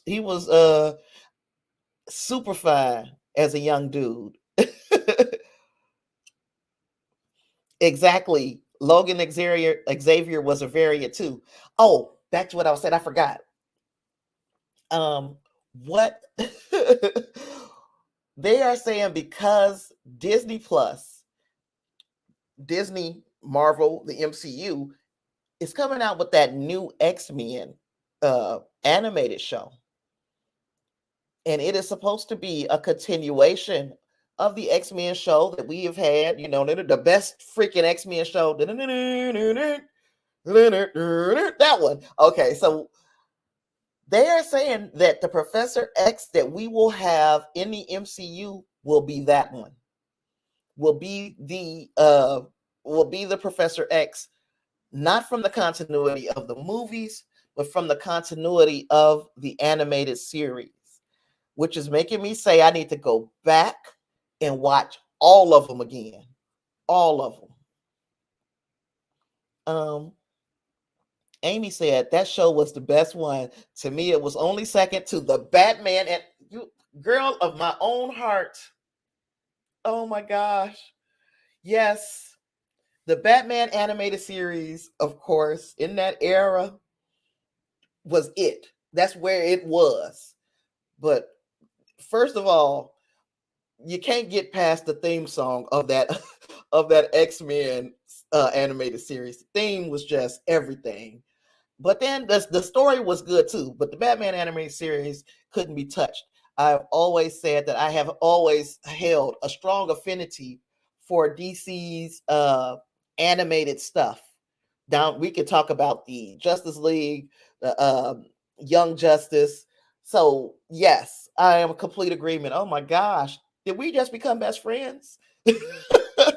America Chavez really did look awesome. I am completely shocked at how well, and of course, I knew the introduction was coming. I knew she was coming, but how well she seems to be fitting in to this story, and where it looks like they're going to take it, which is like, is Doctor Strange going to have to kind of fix, he's standing in front of the Illuminati, for goodness sake. So are they going to send him back and say, you got to fix all the stuff that you messed up because you left all of these doors to these different realities in. So are you going to have to go out and go from reality to reality and fix the stuff? Because if that's the case, then America Chavez fits this bill 100% perfectly. She kicks those portal doors open, he comes in and cleans up, and then they on to the next portal. I don't know, that's just Tasha thinking. But you said that you love the idea of the X-Men. So yes, because all of a sudden you're right there. I mean, not you're right. Whoever it was that said that, who originated that theory, they said that it was because Disney had already announced that they were going to make that one of their new animated series. And I'm like, I wonder why. Well, that's why. I guess that would be the continuity of the X-Men that we're going to get somehow after the Multiverse of Madness. Okay, Claire, see, you were thinking like I was thinking, because the first time I watched that trailer, I thought it was Johnny Storm. I thought it was the Human Torch, and I'm like, okay, is that the Human Torch?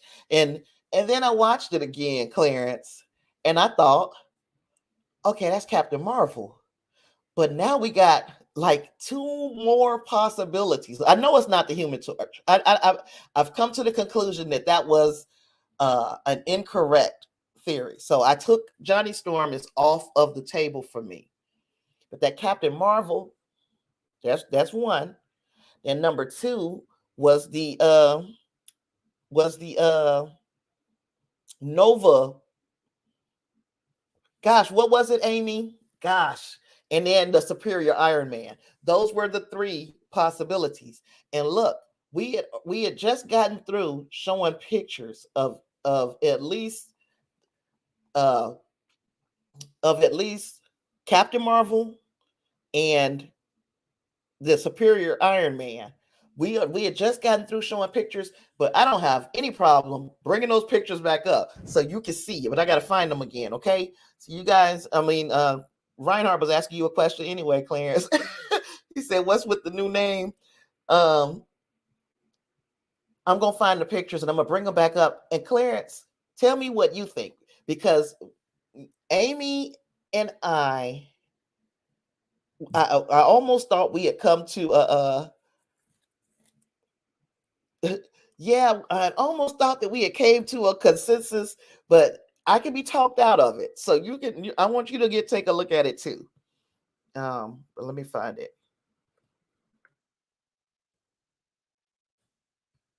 Oops, I'm doing the wrong thing.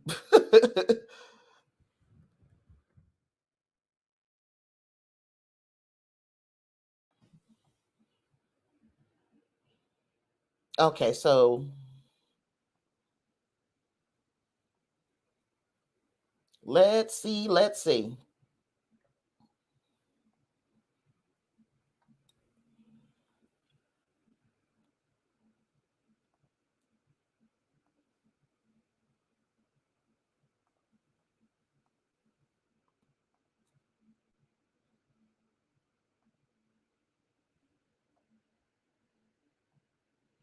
You said if I Google, why is this tripping?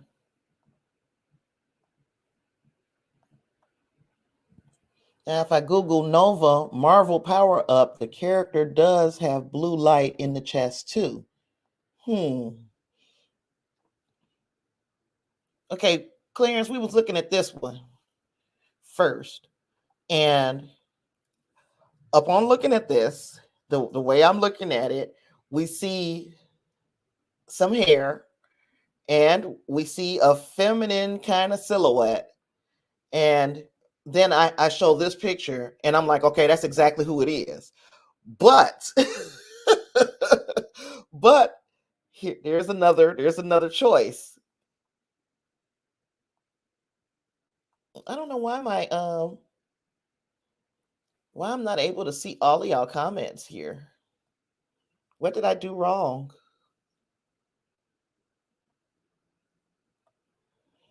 Yeah, you said hard to tell, Clarence. Yeah.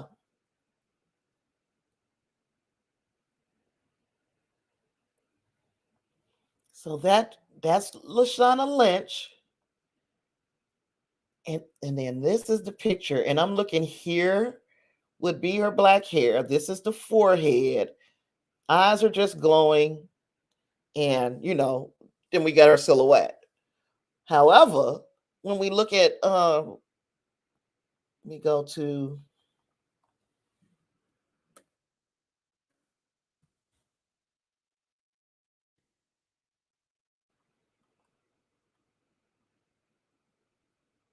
let me see. Then when I look at it again without trying to force it to be Lashana Lynch, I see a goatee. uh I see like a helmet with I gotta find you the picture that has the side by side.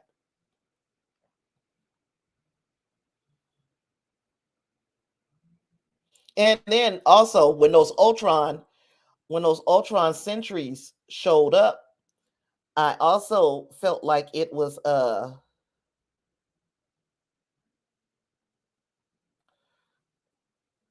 who the hell is this?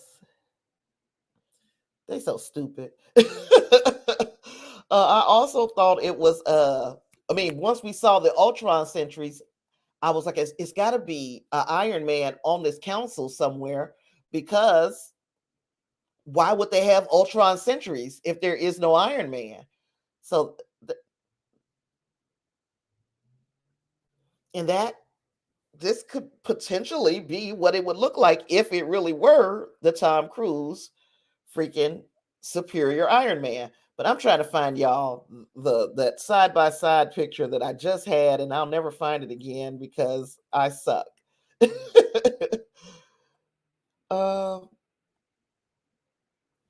I'm gonna look for it. Not I don't think it would. They're saying, remember way back in the day, they were saying that Tom Cruise was originally supposed to be Iron Man, but I don't know if it was scheduling conflicts or something. And then that's how Robert Downey Jr. and a couple of other people were even in the running. And then they went with Robert Downey Jr. The rest is history. But they have been saying that there will be a cameo because, of course, we're talking variants. It can be a variant of any of these characters. So we're talking, it could possibly be that Tom Cruise cameo that everybody is whispering about, that would be him being the superior Iron Man. And I can see how that will work in universe, or in the, as far as telling of this story, I can see how it would work.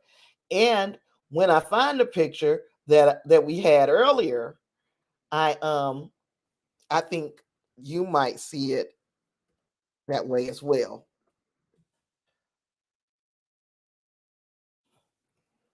I mean, I don't particularly want him, but as long as it is a cameo, anybody.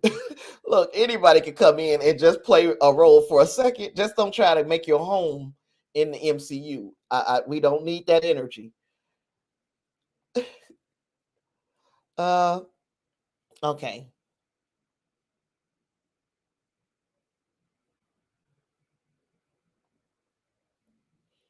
Now, when you look at this one, I don't know if you see like I see. It looks like a goatee. You can see the mustache, the little part in the middle there, and then the goatee. And then you look at the character, and it's like that could be, it really could be this character, the superior Iron Man. Um, we can just keep going back and forth, and the more I do it, the more you go see it.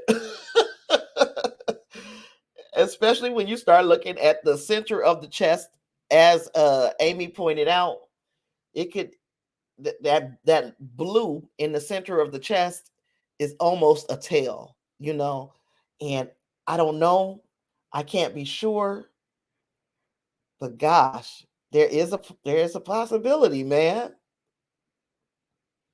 There is a possibility. So that was just one of the ideas that we had. The freaking oh, you said Nova, Google Nova Marvel Power. Okay. You said it looks like it's his hand. Let me see. Yeah, but then when, okay, let me see if I can find another angle, because it could be,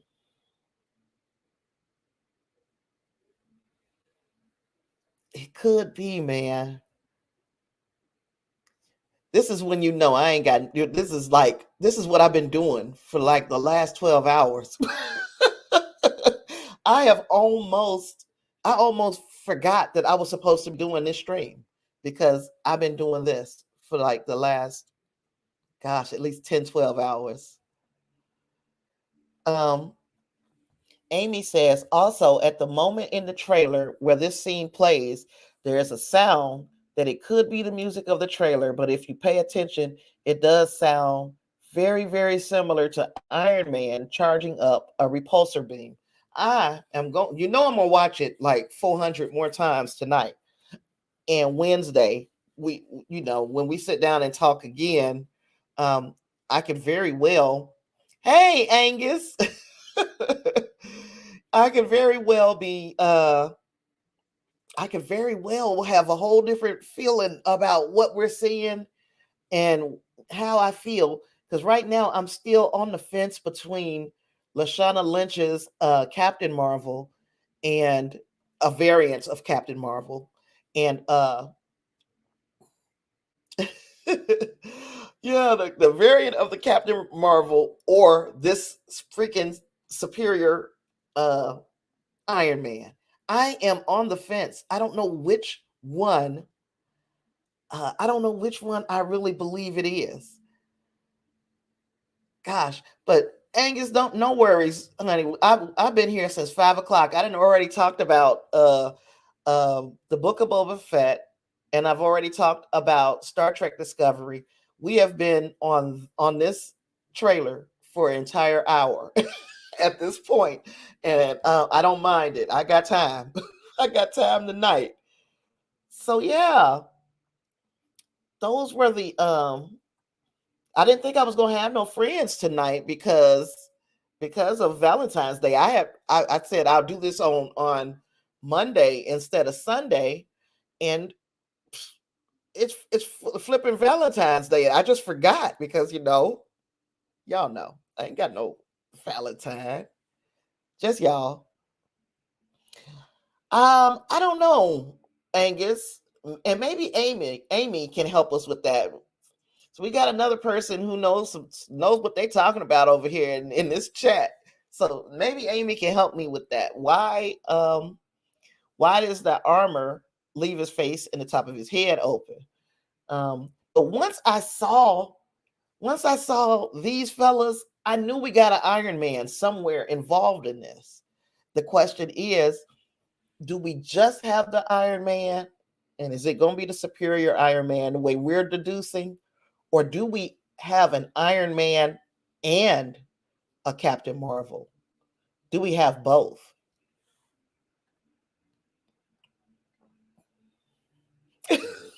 He said, now you should, and I did Valentine's Day a couple days ago, and then she claimed victory. What does that mean? What does that mean? She claimed victory. Oh gosh.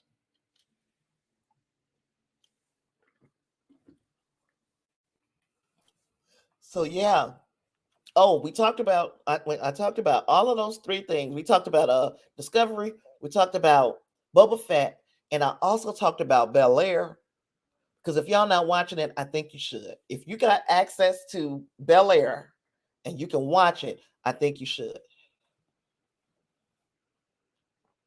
Um, well, that makes sense. That makes sense, Amy. She says it is a pure ego thing. He wants to be seen. He wants to be seen doing his good works. You said you definitely think Iron Man is on the council with Stewart. And that we talked about a little bit because we talked about who the original members of the Illuminati are. And there are also like alternates, but the ones who I am the most familiar with, and Reinhardt said there were also alternates. So I don't know who those alternates would be 100% of the time, but I said a whole lot of shit to say nothing, huh? I said Professor X, Doctor Strange, Tony Stark, T'Challa, Black Bolt, Namor, and gosh, I'm missing somebody. Yeah, I'm missing somebody. So those are the people who are usually on this council, and I'm pretty sure somebody is going to put it in the chat. Black Bolt is one. Who who else am I missing somebody else? And that's what we were saying earlier. If we get Black Bolt and they use Reed Richards, girl, how did I forget that? Yeah. So if we get Black Bolt and they use Anson Mount, we got a two character crossover from Star Trek to the MCU, which I just love it. So but yes, I don't know how I forgot Reed Richards because that's another person that we are looking forward to seeing drop his ass in, and that there has been the rumor, of course, that John Krasinski would be this variant of Reed Richards, but we don't know if he would be the Reed Richards moving forward. I think that they would do the fan service and give us the John Krasinski as the variant at the absolute least. Yeah, I'm looking forward to this. Now I'm trying to see. Angus said, I suspect that there's a universe where Ultron won and was maybe goodish and not evilish, maybe. I was just thinking that Iron Man built these sentries because they do look a bit different. built these sentries to be the enforcer to bring Doctor Strange in, or anybody who violates these multiversal policies or principles. The reason why they are using the Ultron sentries is because one of the people on the council would be Iron Man, a variant.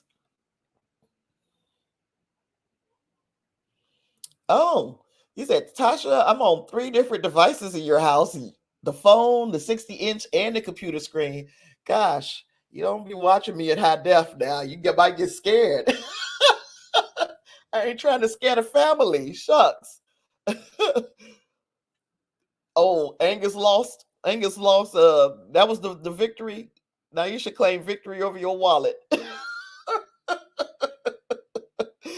Oh gosh. Okay, so everybody was talking about what I missed here. You said with the recent cameo from Hamill in the Book of Boba Fett, do you think they will do CGI Chadwick? My understanding was they wouldn't. My understanding, and I'm kind of trying to remember who I read saying that they would not do a CGI rendering of Chadwick because he's deceased.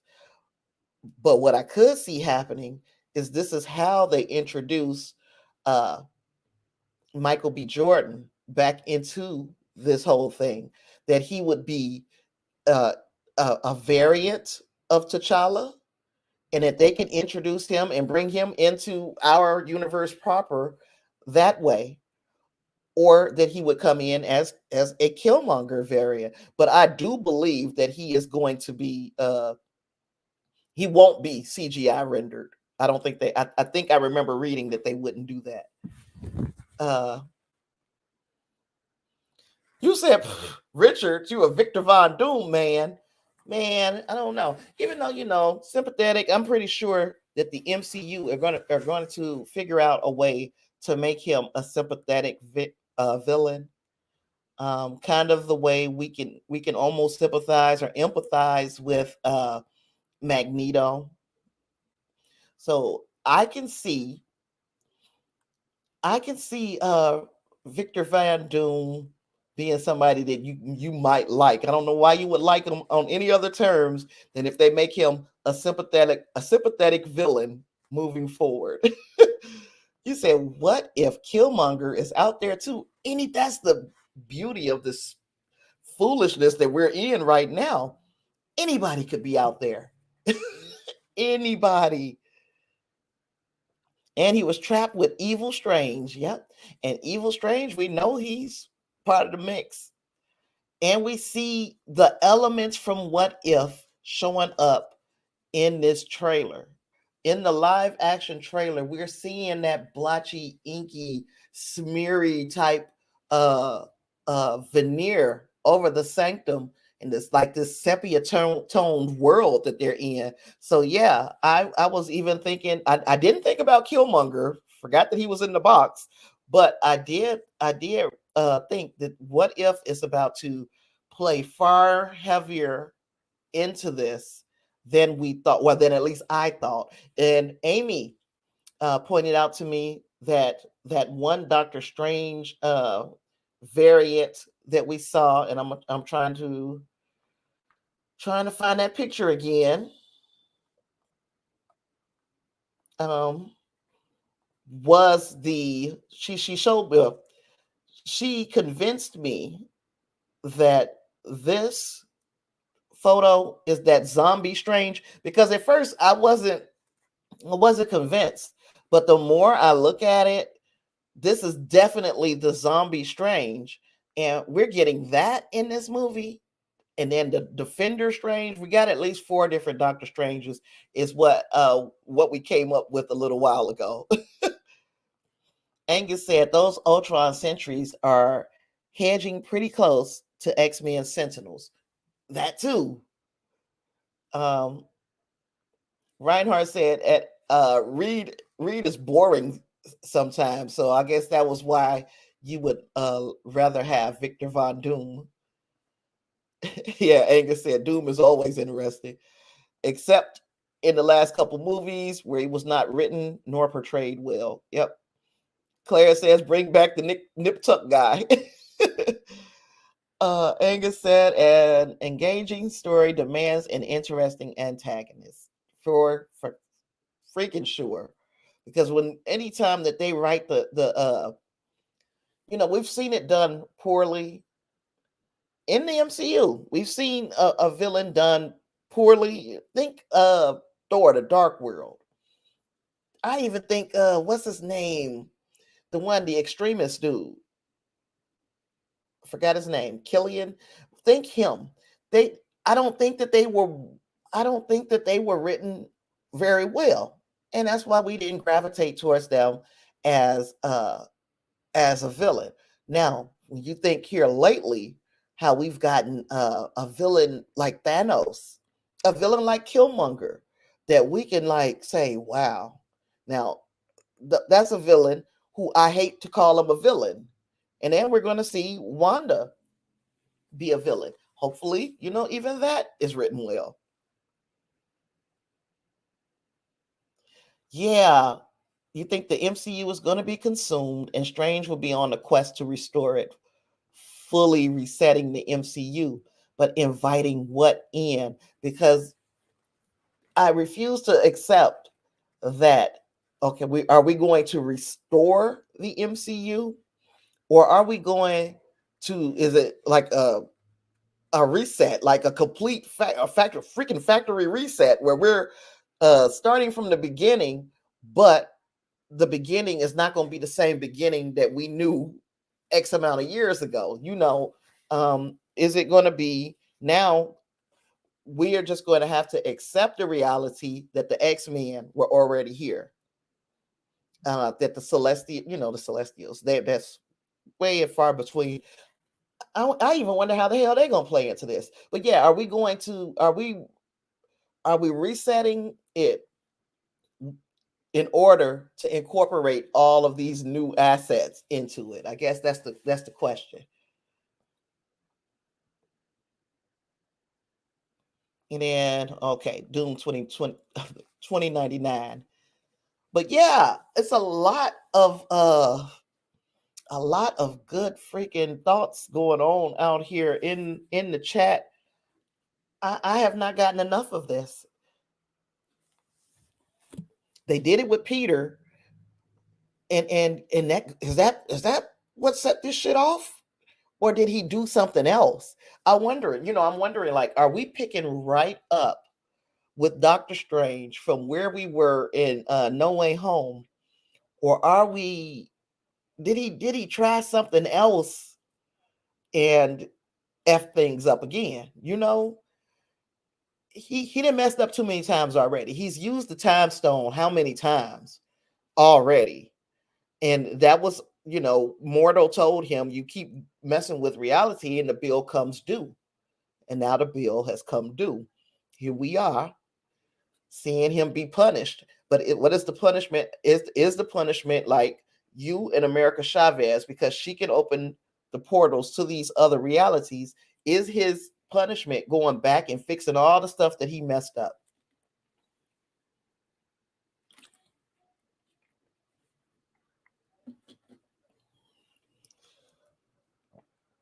Oh my goodness. So yeah, I am. Yeah, I've talked at length about this trailer, and there's still so much more that could be said. Um, for sure, for sure. And the reason why I'm in complete agreement with you, Clarence, it may be a combination of Loki, Wanda, events of Endgame, and Strange. Yeah, because Wanda did do some tampering too. But I mean, this is laying squarely at the foot or at the feet of uh of Strange. So I don't think he'll be punished for what went on with WandaVision, even though we know it's going to play uh into this, because we saw the WandaVision house at the end of the trailer. So we know that's tying in.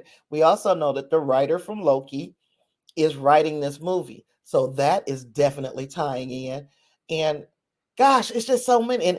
And then By all these multiversal doors opening, how many Kang variants could also be in this reality if these doors have opened and they were like, you don't know you know, what you let in by opening these doors. How many Kang variants could there be in the MCU because of his tampering?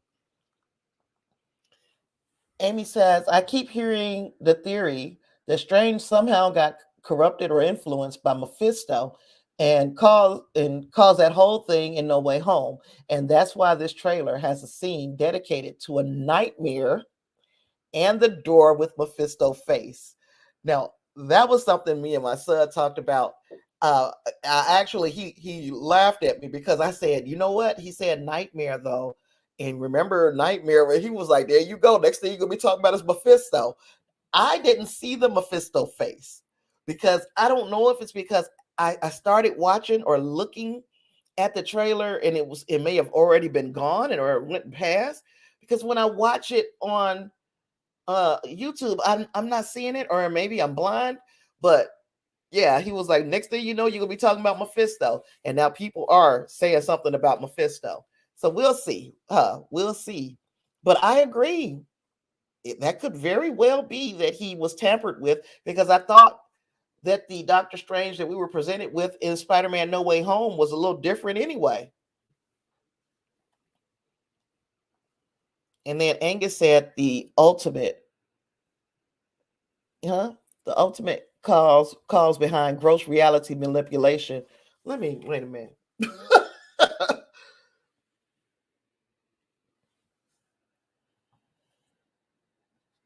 Okay, he said the ultimate cause behind gross reality manipulation, like futzing with multiple timelines, comes down to the inhabitants of each timeline suffering and needing to be saved from the environment.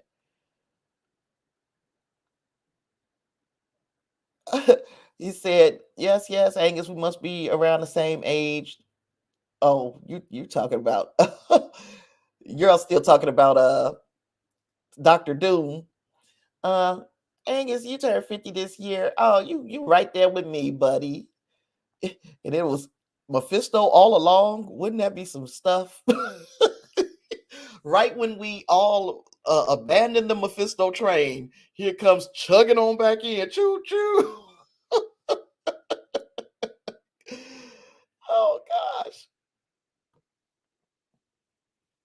Oh gosh. Wouldn't that just be something though? We're bringing Mephisto back around. I guess, you know what? Write Mephisto in because they've been looking for Mephisto ever since WandaVision. We've been looking for Mephisto. Mephisto confirmed. Mephisto confirmed. And finally, we didn't get Mephisto and find out maybe we will. Maybe we will. Could be a good way to connect to Ghost Rider. And Ghost Rider is one. I'm not. I mean, of course, I've watched the Nicolas Cage movie, but that was eons ago. So I'm not as up on the Ghost Rider lore as I need to be. Oh, Reinhardt, you said you got to post a picture with your new glasses, your first time ever having prescription glasses, and you didn't know they were that darn expensive. Welcome to my hell. The only difference with me is vanity will not allow me to get glasses because in school when I was a young girl, when the last time I was really wearing glasses like that, they were like Coke bottles. Like that's how blind I am. So yeah, I do the contact thing because I feel like no. It costs far too much for a pair of glasses and then for me to get them shaved down so you won't be able to tell how bad my vision is costs hundreds of dollars on top of that and I just ain't got it. I just ain't got it. And then insurance won't cover it because it's vanity. Ooh, and world, those two words together is like War World Hulk is planned to happen, and Ghost Rider is an important player in that plot. Is that, I mean, because did we see kind of that they like try to incorporate that war world story into Thor Ragnarok? Are we getting a different retelling besides the Secret War stuff? Are we getting a different retelling of that? You said you need a way to send me something. You don't have my look. I'm about to put my email down on the bottom here. Um,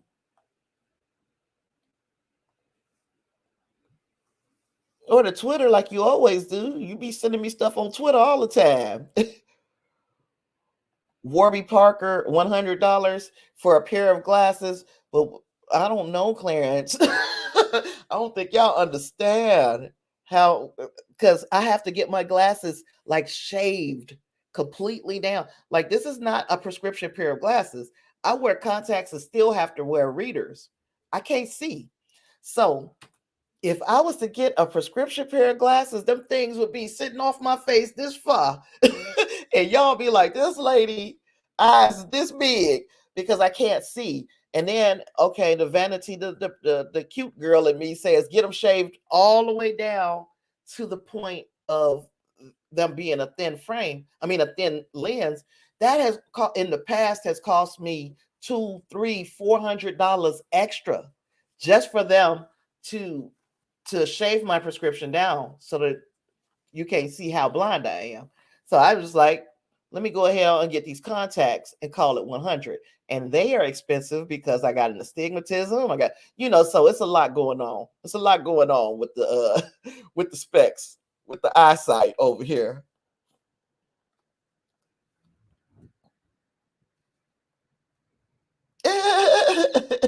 You said, when watching bad Nick Cage movies, say yes to Ghost Rider and fuck no to his heinous remake of The Wicker Man. Claire, somehow you ain't no sponsor. You probably out there with a Warby Parker t-shirt on. uh, you said you got some Elton Johns and a pair of Randy Jackson frames, and with your prescription, it was $450. And if y'all really knew what I was working with as far as vision is concerned, if it costs $450 for you, it would probably cost $500 to $600 for me.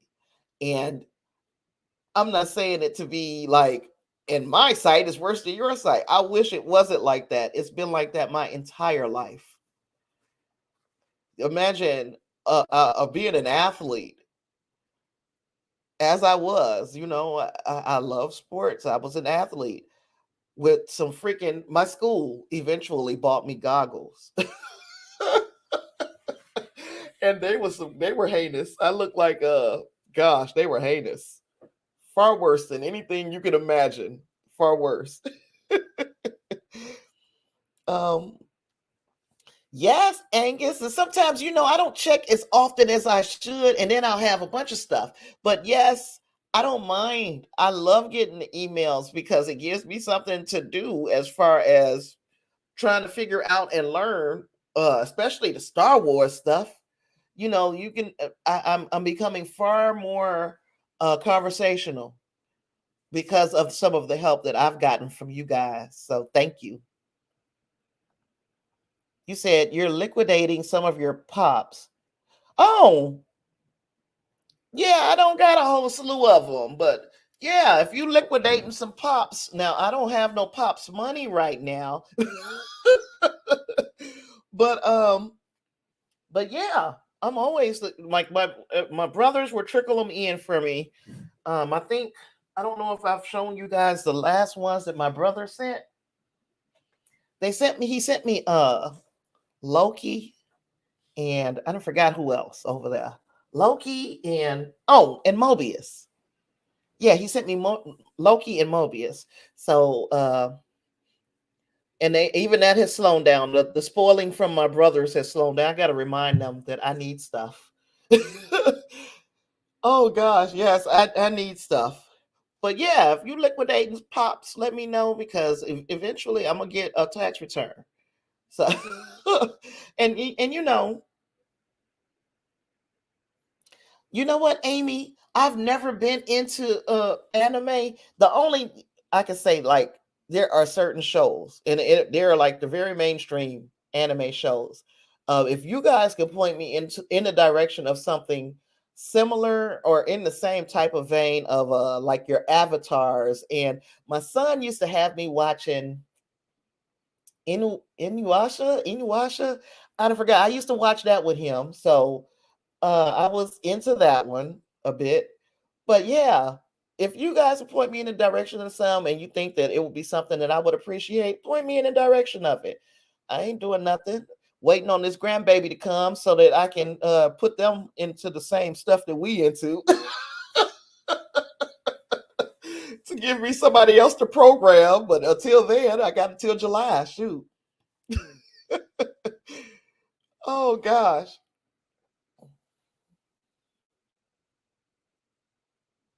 You said, yeah, because a lot of people with channels have people who send them stuff.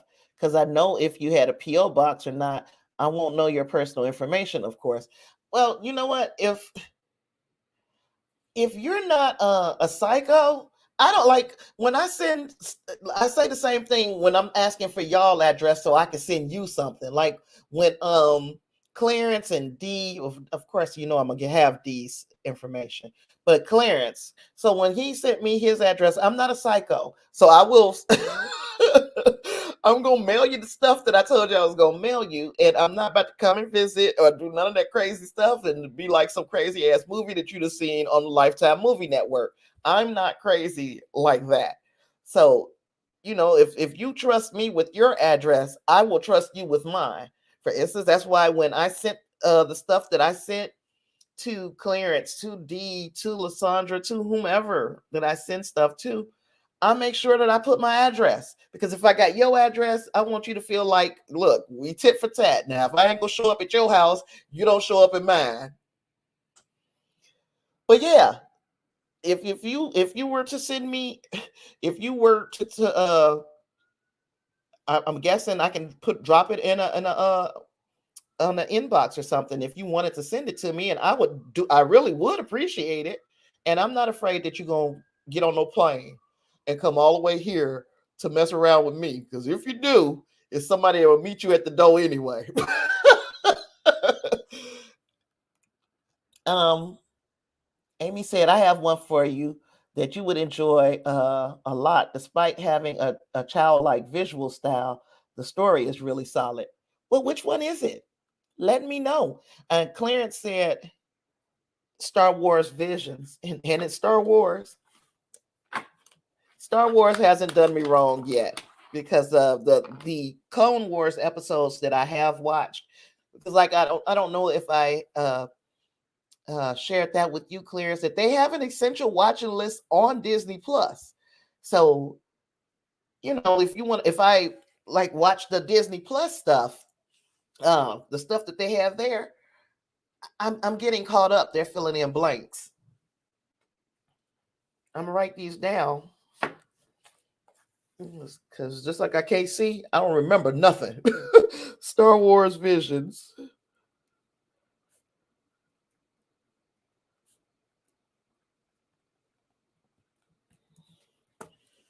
Um, Angus said there's an anime for everyone.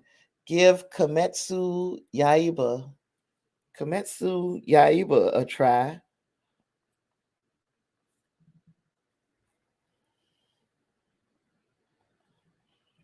It's very good, written by a woman, very relatable characters. Okay. Kimetsu Yaiba doesn't have a lot of episodes like Clone Wars. Uh, Angus is seconding the Star Wars Visions.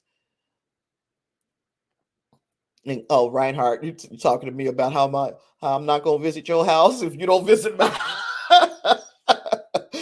It's called Uwasama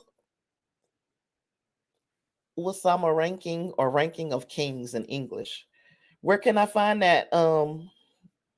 Is that on Netflix, Amy?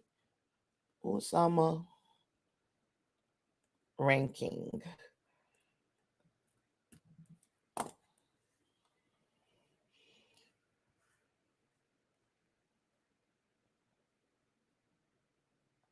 Oh, you said Visions are anthology anime inspired. What if type episodes? Oh, Anthology. So I ain't got to watch them in no particular order. I can deal with that. Anthology. All right. I got a starting point. I've been talking about this doggone metaverse. It's been scaring me. Now look, it's simply because I was listening to a podcast called Stuff They Don't Want You to Know, and they were talking about the metaverse. Some of the things that they were saying that is on the horizon, which of course, if you watch sci-fi, you are going to know what's on the horizon because the art, they not coming up with this stuff. Some of it, yes, the concepts they're coming up with, pulling it out of their butt. But some of it is because they know that those prototypes or that idea has been floated, and they make a story around it. So one of the things that I've been doing is rewatching Black Mirror and writing down my thoughts because I need to really get some videos made instead of always doing live streams. Because y'all know, I get like 10, 12 people in a live stream at the most, and that's at the most. And even though I enjoy talking, I need more stuff out there just so I can make pennies on each one of the videos. So that's one of the things I'll do. And another thing could be getting into anime.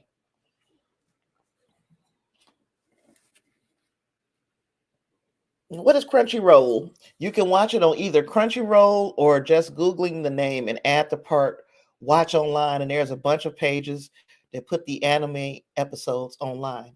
Will do. But I'm gonna write Crunchyroll down because I've never even heard of that. Show you how with the times I am. Usama ranking does have a lot of very glowing reviews from all the anime critics that you follow. Okay, Angus. And Angus says there are stories from Visions that you want to see more of. Y'all, y'all are making me really on this Visions for sure. Reinhardt says that's what I'm saying. I want you to get a catalog and videos because you're really good at it. I love the live streams, but I want other people to be able to see your content outside of live streams. And I started off that way, Reinhardt, but I'm going to tell you it's a combination of things. And I might have even told y'all this before. I come across far more authentic when I'm just having an organic conversation like this.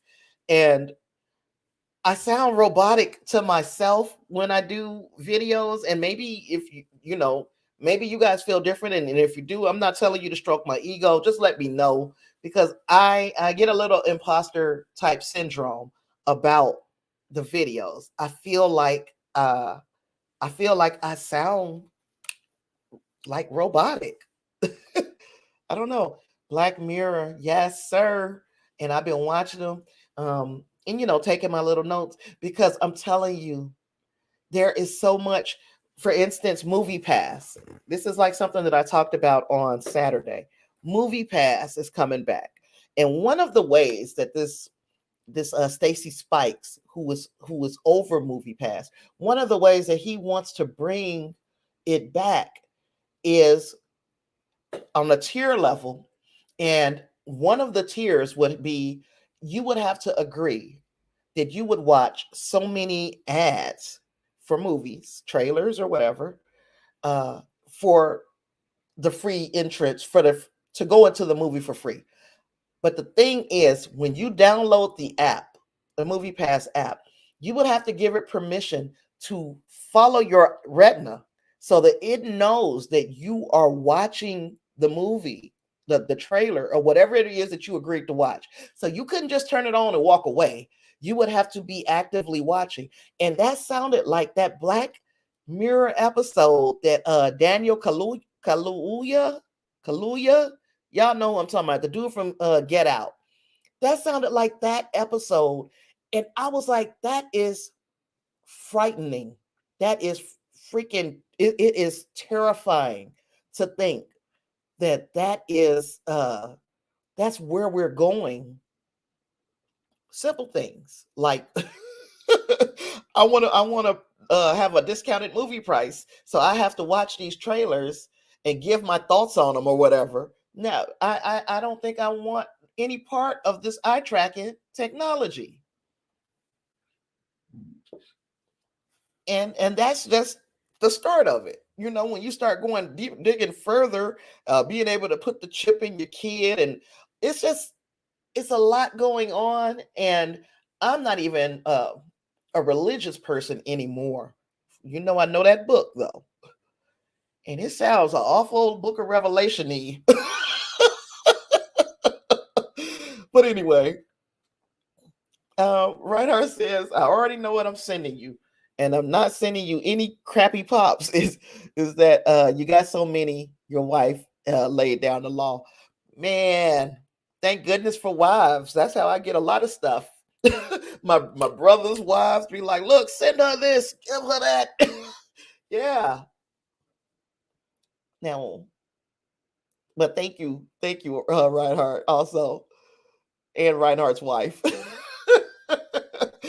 uh, Amy said, "Ranking of Kings is very Disney with giants, magic mirrors, kings, stepmothers, and such. The summary is a very small child, the son of a giant that is deaf and mute, and despite being the prince of his kingdom, everybody looks down on him, thinking he would never amount to anything. And the story is about how he will become the best king." I think I'm ready to check out some stuff. As long as I ain't got it's not like some old freaky heavy 30 episode seasons. You got to watch one to watch the next. I want to be able to just chill, glass of wine, watch some anime. You said issuing credits makes a lot of sense. You like that idea, Claire? Oh gosh. Uh Angus said hard pass on that eye tracking nonsense. Reinhardt said Black Mirror is one of the best series ever made, and I mean that from the bottom of my heart, Clarence. And I'm telling you, I started from the very beginning, which I did not do the very first time I watched the Black Mirror series. Oh, that first episode is a freaking gosh, man. It's really, really hard to get through that first episode. Uh, and then trying to I guess trying to create a commentary around it to see how it fits into today, because that's one of the things that I'm trying to do with that series is try to tie it into what we see. How do we see the correlation between this episode of Black Mirror and what we're going through today? So you ain't just watching it once. You're gonna go through it a second time, and it's rough. It stops being is horrifying the second time you watch it, simply because now I'm looking at it like, this is exactly where we are right now with this. Instead of going out and saving the princess, and I know I should be saving this for the videos, but instead of going out and trying to be proactive and save the princess, everybody's sitting at the crib waiting to see this disgusting act on TV. But anyway, just yeah, that was just one of my things. He said, "Come on, Angus, that was creepy. I love that episode." Dance number at the end was the bomb. If I remember, if I remember right, I liked it. If I remember what that was, the dance one. Gosh, I don't know. I don't know if it was. Am I thinking of the Miley Cyrus one? Um, well, I'll see, huh? You said you love the BlackBerry episode. Where people keep following this girl around? No spoilers. You love Black Mirror. uh, Black Mirror Bandersnatch was amazing. I did that, and I did it several times so that I could get a different result. Oh gosh. Oh, that Lord of the Rings trailer. People were thinking that was not going to be a good looking series. The thing looks beautiful, beautifully shot. So yes, sir, I did. I really need to do videos on all of these trailers and all of this stuff because that was beautiful, effing beautiful to me. Angus said the anime you want is the one that at the end of each episode you wonder where the time went and feel a burning urge to watch the next episode immediately. And okay, yeah, and that's how I feel about some series. Like going back to Bel-Air, I had no clue. You know how I have been saying I don't know how they're gonna pull this off. I think it works. This is how I almost forgot. I was sitting because today is Davina. You know, of course it's Valentine's Day, but today is Davina and her husband's anniversary as well. So they just like crammed everything into February and smushed it all together in just one big celebration. So I was talking to her on the phone about Bel-Air, like calling. I called this girl and was like, "You need to watch this show.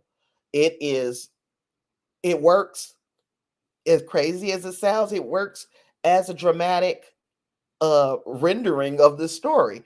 So I sat there and they have 3 episodes out, but I was only supposed to watch the first episode so I could tell you guys how I felt, yay or nay. I watched all 3.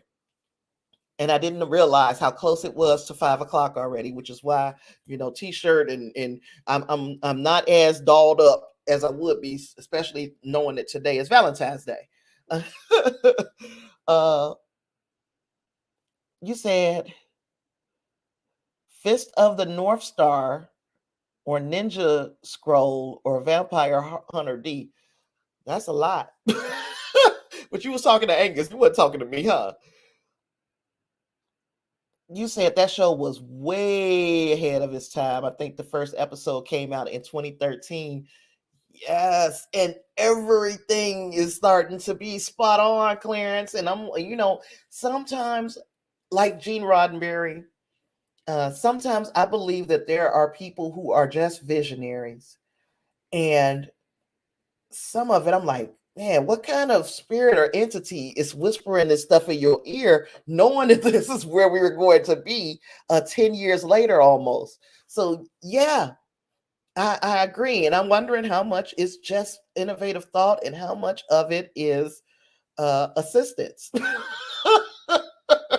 And I won't call it, I won't call it demonic because, again, that it depends on what you believe and how you believe. But I'm like, are people really being assisted when they come up with these stories? Some people are visionaries and they have the idea of a brighter, happier future, and then you can see little nuggets of how we get there. Or the world tries to emulate what they saw in this visionary project, like Star Trek. And then there's Black Mirror. Then there's Black Mirror. You said you seriously wonder if Peter Jackson has anything to do with it. I love the trailer and it's a prequel. And that, yeah, the Peter Jackson, I don't know if he's attached, but let's see if he's got, if he has any creative input.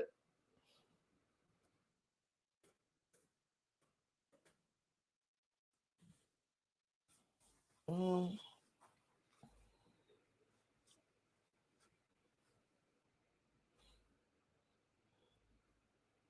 Now, of course, this is just a cursory uh, thing, but I'm not seeing that he's got any like creative credits on here, so I don't know. You said you got to watch Bel-Air. The first person I heard reviews, it was Grace Randolph. She said she didn't have high expectations for it, and she thought it was phenomenal. So I'm glad to hear you guys like it. It was fantastic. Mm-hmm. Fantastic. Uh, you said and you want to talk about some of the Black Mirror episodes, but I don't want to spoil anything for anybody because it's so good. I don't know how many of us are because Black Mirror has been out for 10 years almost. I mean, I think, especially if we're talking early seasons, the early season, those first few episodes, I think if they were going to watch it, they would have watched it already. Um, Before we go on here, and because I don't want to cut out, I am enjoying having the conversation, but you guys know that at some point I gotta go to the washroom, and that point is right up on us right now. So I'm going to put something on, and hopefully when I get back, you guys are still chatting because I'm not ready to end it. I'm not ready to end it. Well, gosh, I don't know. I don't know why it won't show what I want it to show.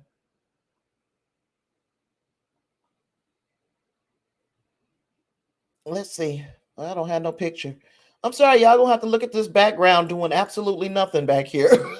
And I'm gonna pick up comments from 7:34 p.m. on. But I'm gonna go and take a quick run to the washroom and get another water. Take care of a few things. I'll be right back.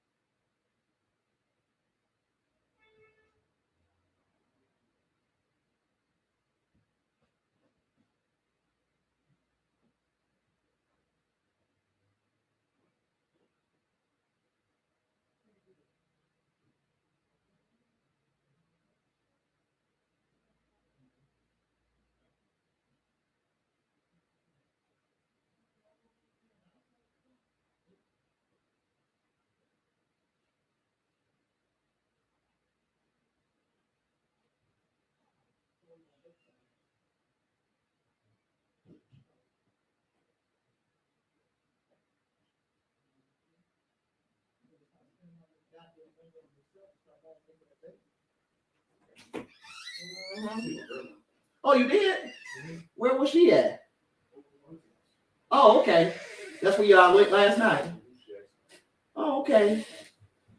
I hope you told her hello for me.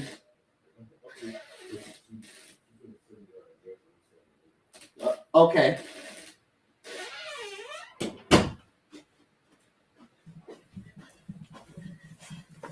Oh, okay. I'm sorry. My son is home from work, so I had to greet him and cuss him out because $400 worth of merchandise got here today and not one darn thing for this baby, for this impending child. And I gotta go into mama mode sometimes. Okay, so going back, Angus was saying that was some old school anime from back when, after Project Aiko hit our shores around the time of the strangeness of Akira. Y'all on some crazy stuff. I don't know what you're talking about. And he said we're all in agreement to not let Tasha watch Grave of the Fireflies without all the warnings. Yes. Oh God, that sounds like something I would have watched now. Let me write that down. Grave of the Fireflies. Oh, I done picked up the wrong marker because I can't even see that. Grave of the Fireflies.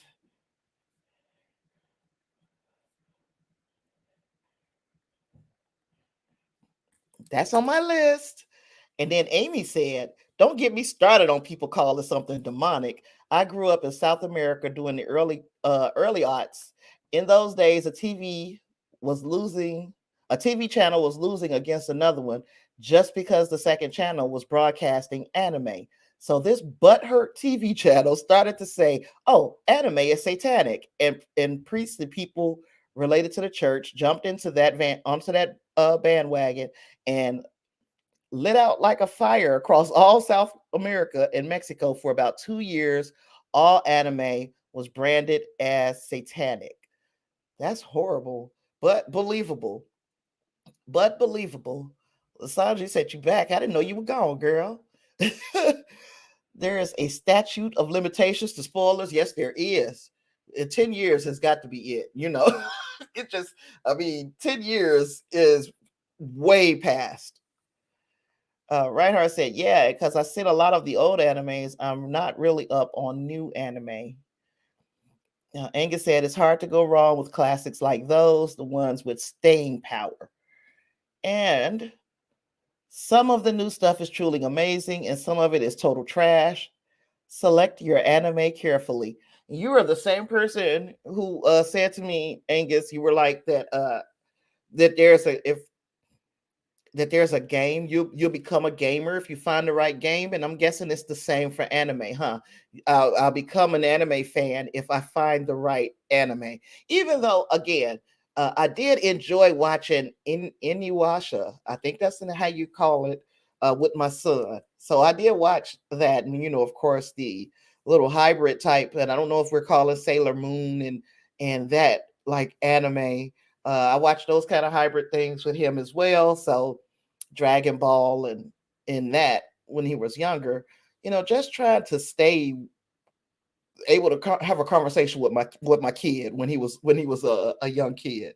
So, and I still do it because that's how we got to watch it in Inuyasha. And it was some stuff we was watching on YouTube. It was basketball anime, and I watched that a bit. But as far as these series, I'm gonna try a couple, and definitely the Star Wars, and definitely Oisama, or however you say that, the Osama ranking. I'm gonna try those two for sure.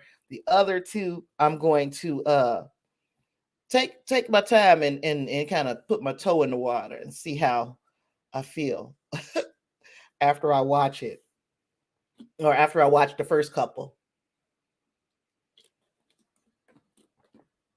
Yeah. Well, there's my garbage over here.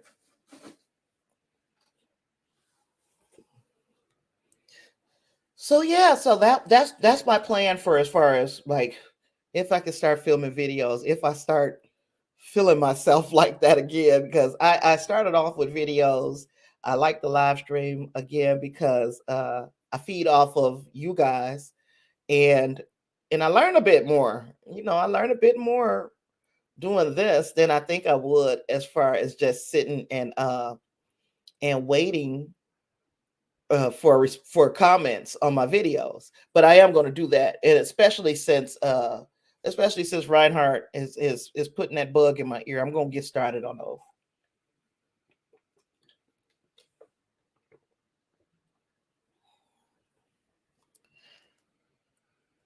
Let me see.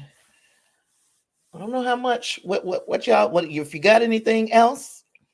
If not, I'm gonna head on out. I guess I don't. When the conversation dries up, I'm like, okay, now I don't know what to talk about. we have been talking for we have been talking and doing the Multiverse of Madness. We've talked about this Amazon Lord of the Rings series, and every time I say that word, shush. And we talked about, we haven't talked about the Adam Project. And that's the Ryan Reynolds thing. And I think I honestly think that trailer was intriguing to me. Um Hopefully the movie is as just as good as the trailer looked. But yeah, it looked good to me. Giving me some time travel. It's giving me kind of like, was that Zoe Saldana I saw in it as well, I think. The movie Adam Project. Let me see. Directed by Sean Levy, is coming out March 11th. Produced, let's see, David Ellison, Dana Goldberg. Written by Jonathan Tropper, T.S. Nolan, Jennifer Flackett. I think they said it was from the same people who gave us Free Guy. And it is, yes, Ryan Reynolds, Jennifer Garner, Mark Ruffalo, who is playing Ryan Reynolds' father in this movie, crazy as that seems, and then Zoe Saldana.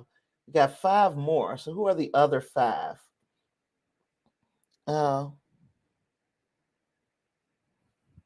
he said The Rock as a bad guy is frightening. Reminds you of his role in Doom. I don't even know. I can't remember if I saw. I don't think I saw Doom. I don't. I really don't. And then who is this? Alex Malari, Catherine Keener, Lucy Guest, and Braxton Bjorken. I'm looking forward to the Adam Project. I'm looking forward not to the Black Adam. That's what you're talking about, Black Adam. Um, so not Black Adam. The Adam Project is a movie that's coming on Netflix on March 11th, and that looks good to me. And how I feel about Netflix movies. They are very hit or miss. This one really looks like it looks like an interesting premise. I'm looking forward to watching that one on March 11th. Now, Black Adam, I'm also looking forward to for a myriad of reasons. But the biggest of which is that it looks like a role when you look at the character, even from comics to animation, that character was just made for Angus. I mean, Angus, made for Angus. Lord, just made for The Rock. Oh gosh, and yeah, and I'm looking 100%. Uh, I'm looking forward to that. Now, I don't know if Reinhardt sent me the picture of him with the glasses yet. Okay, y'all are going to make me do movie reviews, everything, and I don't mind it. Don't mind it at all. I'm gonna get back into it. It's just that whole feeling like I don't belong. I'm not good enough, and I'm good enough. I guess you guys are my audience, and if you guys like it, I like doing it for y'all. So there's that. Oh gosh. So I'm gonna have to get movie reviews going, and especially because I haven't been leaving. You know how I am about leaving the house. I haven't been leaving the house, but there are like 80 something movies coming out this year on Netflix alone. Every weekend there's going to be at least one movie dropping, so that gives me some content, and I've got to get my Sucker Punch out, and then these Black Mirror things, and you know what, you guys will give me a compass on what direction to go in, and I'm gonna just try to take you guys suggestions and roll with them, and hopefully, as long as you guys are down, I'm down.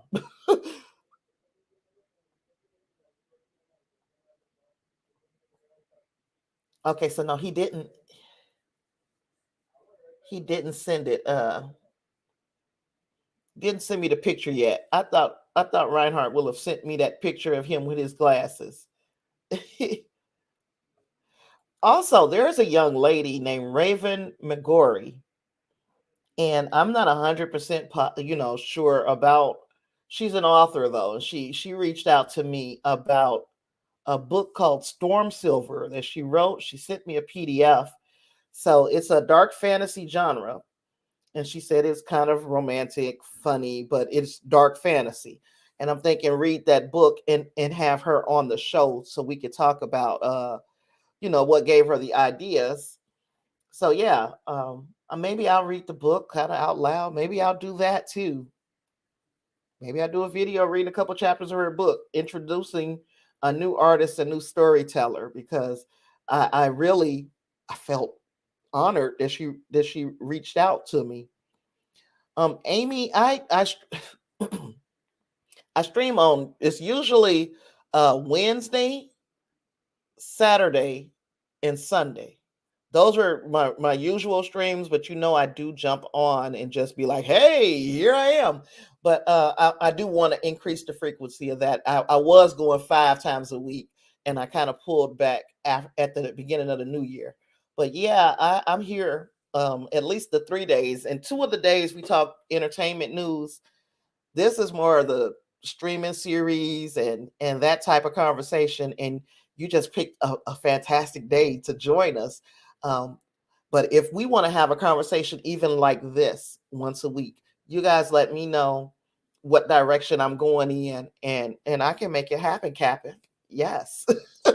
Because I am having so much fun. This has been a lot of fun today, especially with this big trailer to talk about. It's just been so much fun. So yeah, so Raven has written a book, and I'm going to read it, and maybe I'll read a couple of uh a few, a chapter or two a day recorded, and then I'll oh, that's so nice. Thank you guys for welcoming Amy, because yes. This is that kind of group.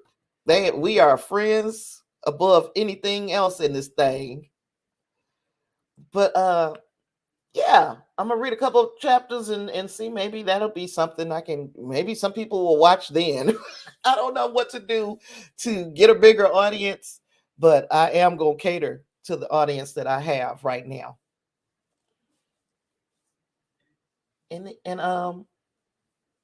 yeah, what y'all got? Is there anything else y'all want to discuss before I cut out and go watch this same freaking trailer? Oh, I'm gonna go watch the same trailer over. Maybe with some of the things that we discussed here, shoot, I might get inspired to do a video. And that's the thing. I get frustrated because I used to do the trailer uh the trailer breakdowns and that sort of thing. And now I feel like, okay, I'm not, and nobody interested in seeing my take because there's so many big channels doing it already. What's your random question, Amy? I'm here for random questions. Oh gosh.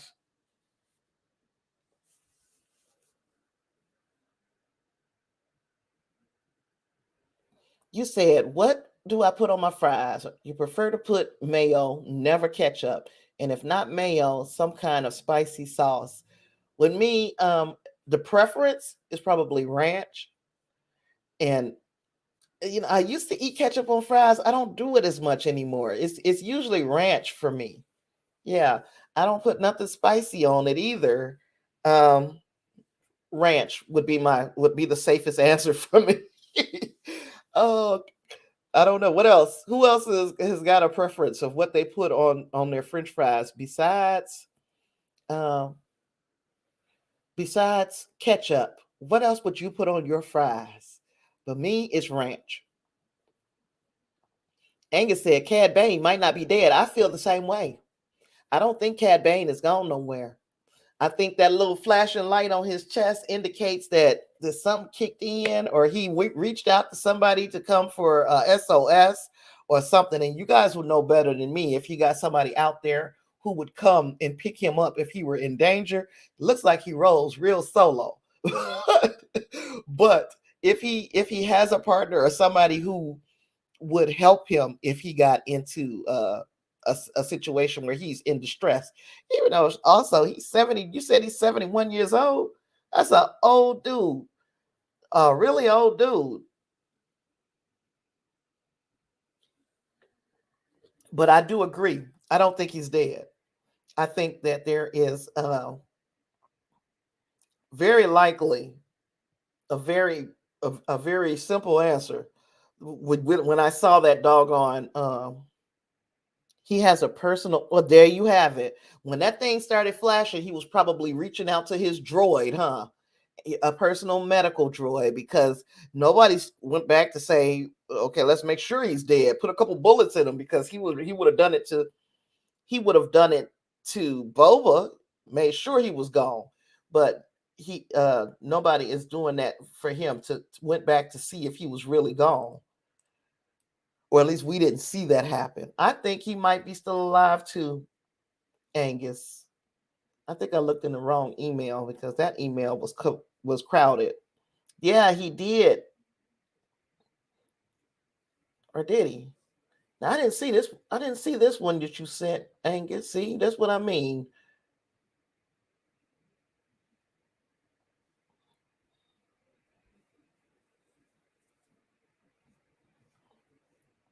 Um.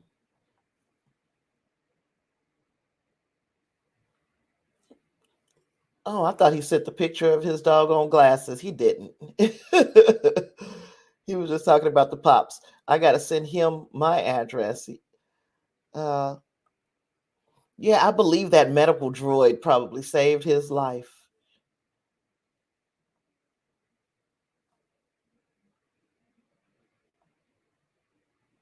And then what? Then we got a whole new let me see, because I didn't see this picture. Fun little trick in the Sunday New York Times crossword yesterday. The central theme clue was the better of two sci-fi franchises, and regardless of whether you put Star Wars or Star Trek, the crossing clues worked. Oh gosh, they sure do.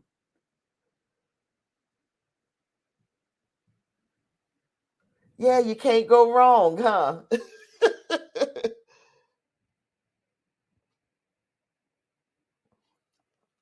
You said, if I'm interested, there's a video on YouTube called The Best Sandwich in Every State.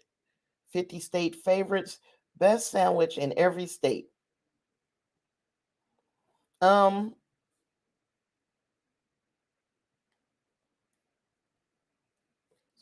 so if you had to choose a sandwich, which one would you pick? What would be the okay, so where where you live, what do they say the best sandwich would be? And then give me your personal favorite. Because for me, I don't know what it would say for Texas, because that's where I am. But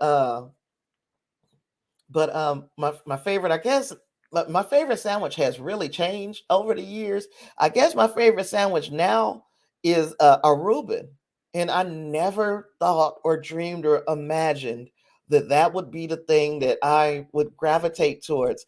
But that flipping uh, corned beef with that dressing and the sauerkraut. That combination is just so flippin' delicious to me on a grilled rye bread. Oh my goodness. Yes. So I do. I love myself a Reuben. Love it, love it, love it.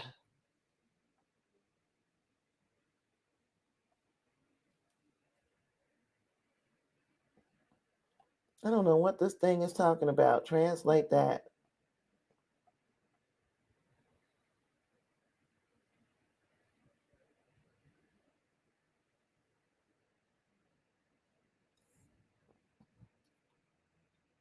Oh, Texas, they put the brisket sandwich as their favorite. Now, I'm not originally from Texas. I guess I should have made that clear. I'm originally from Indiana, and but I can see the brisket thing. I can see the brisket thing out here in Texas. And I just made a delicious brisket yesterday. And as soon as we get through with the feed, I think I'm gonna go and make myself a brisket sandwich just because I have it in the refrigerator. You said caraway seeds are also an important part of a Reuben. I don't know if I've ever had it with no caraway seeds on it, but I used to work at a sandwich shop in, well, it was like a deli in a convenience store. And that is my first experience making it myself. That was my first experience with a Reuben, and it was on point. I made it just how the recipe card told me to build it. I didn't do anything extra. I did it just the way. And now I know how to tweak it a bit to make it my own. Still quite delicious. And oh my goodness. I have never heard of the caraway seeds though. So that might be something I need to pull out the next time I make myself a Reuben.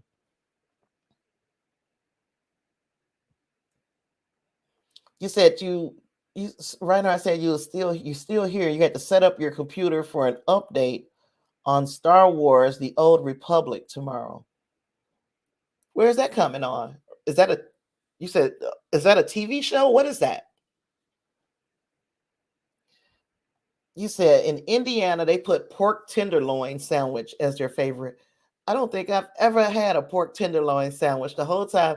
Now, and look, I keep bringing you all of these different buts because I'm from Indiana, so I lived in Gary, Indiana. I'm from a little city outside of Chicago, and because it's so close to Chicago, they might even say that they might even lean more towards Illinois because the sandwich that um, we would eat the most in Chicago, besides of course your Chicago style hot dogs, and it's arguable whether a hot dog is a sandwich. I think it is, but okay, so between uh, that, the hot dog, the Chicago style hot dog, we also have great Italian beef in Chicago, and you can also get oh, it was this one sandwich, and I don't really know what you would call it anywhere else. It's called a U.S. Steel up in that region. That is probably one of the best sandwiches ever. You said now tell me about this update. Oh yes, Amy, they are 100% correct.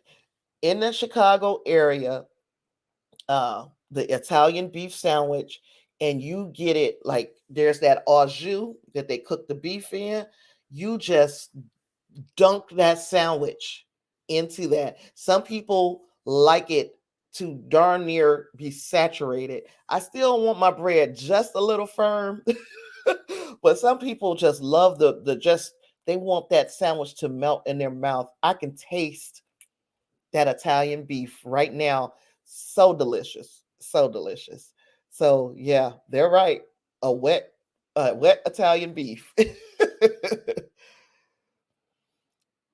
I had never had one of those until I met my son's father, and before we got married, we would, and when we would actually like we didn't have a kid, we'd go on dates, and yeah, we would sit and have those freaking Italian beef sandwiches. Introduced me to something that put some meat on my bones. Tell you the truth. Oh yeah, but brisket sandwich, I can see it too. Oh, it's a video game. Y'all know I ain't about to fool with that. It's a what is an MMO video game? Star Wars: The Old Republic is an MMO video game set in the Star Wars universe, 3600-ish years before Episode 4. Now, are we hoping that we're going to get some Old Republic stories? You think that's a direction that they'll be going in as far as storytelling in the Star Wars universe? I think that's a safe place instead of being kind of pigeonholed by the canon on either side. When you're talking about Boba Fett and Ahsoka Tano, we've already got this beginning and this definite end, and they're just like right in the flipping middle. I think it's a safer bet to go all the way back to the Old Republic, and then you can tell new stories that don't mess up the canon until you start getting closer to A New Hope, or no, the prequels. I'm sorry, the prequels. Now what else was I going to ask about with the Star Wars stuff?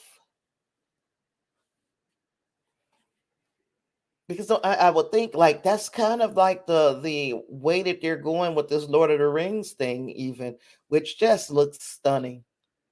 Gosh, it looks beautiful. So we're going to uh be so far ahead of what we consider canon there, and with the Game of Thrones thing, so that they got some wiggle room.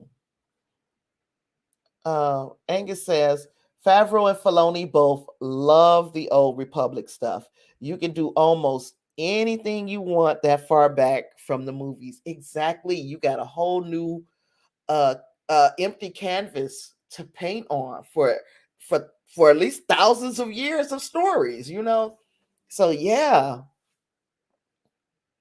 So we're definitely getting some Old Republic movie or series show at some point. I could see it coming. And there was a young man that I used to work with uh, at the same convenience store I was just talking about, in fact, and he was telling me that he was not going to get back into Star Wars until they started telling stories for the Old Republic. And of course, the curiosity in me that led to hours of conversation with this young man, and he actually encouraged me. Was one of the things that encouraged me to get into Star Wars the way that I did, like watching each episode. And then I used to have that audio version of this show, and the segment was called Make Me a Jedi, and I would watch a movie every week and come back and talk about my first watch of the prequel. And I had already seen the original trilogy because I was a little kid, though, so I didn't really particularly understand nor remember a lot of the stuff that happened. So, like, I didn't even get, Angus, while we're talking about Star Wars. I understand now after reading some of this stuff, and the conversations that you and I had about why you didn't like the way Luke was training Grogu. And it's because I guess uh, at a point, even Yoda realized that that was not the way. That was not. Uh, he was wrong. So yeah, I see it now. I see why you felt or if I'm reading that right, I see how you felt the way you felt. You said the Jedi and Sith are of equal numbers that far back, and the Sith Empire is about the same size as the Old Republic territories. So there's a lot of bad guy stuff to work with as antagonists. Okay, so yeah, it's an even playing field at this point. Okay. But yeah, I can see, like the Grogu stuff, I can see that now. I can see it now. Uh, Grogu shouldn't have had to make that choice. That was possibly one of the things that kind of boxed Anakin in, was that he was forced to, they were telling him to forego his attachments, and the person that he loved the most, Padme, he was about to, he would have had to have lost her, whereas the Sith was telling him, "Go for it, guy," and he went for it. He went for it. You said Luke is definitely repeating Yoda's mistakes, and Ghost Yoda is trying to help him not do that. But there's also undead Palpatine messing with Luke's head. Yeah, undead Palpatine. So he's playing in his head and in Ben Solo's head as well. How does he have the connection to be able to do that? How is he able to uh antagonize them from the other side of the grave? The wrong side of the grave, in fact, shucks.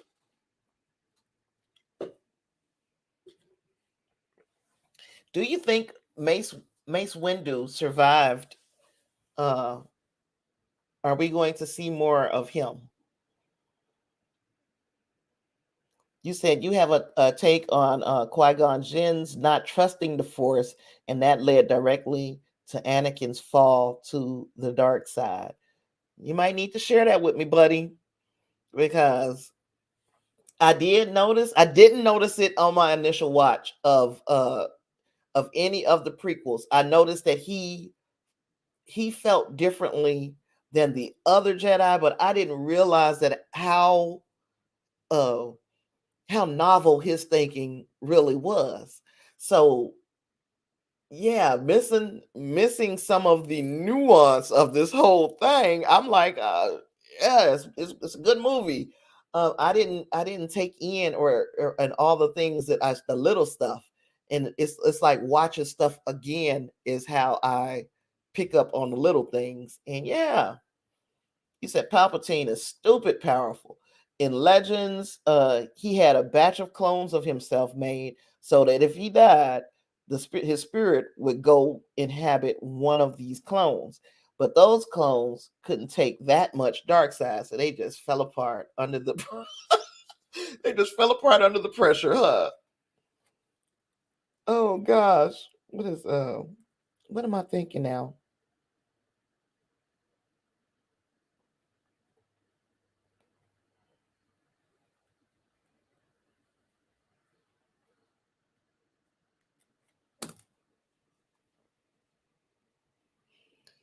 So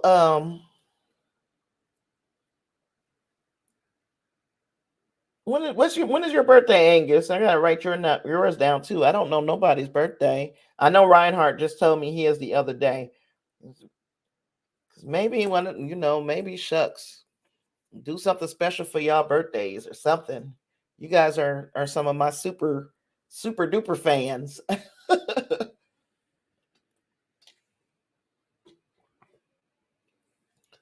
Boy, it really was a good conversation today, though. I enjoyed it. Where you at here? There was a die roll to see which slave Qui-Gon would win in the bet.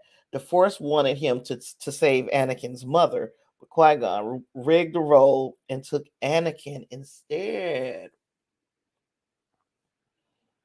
And he said the Force tried to connect this by making Anakin lose the race, but Qui-Gon stepped in again to make sure Anakin won. Oh, Angus, your birthday is coming up, March 3rd. Okay. So yeah, you said so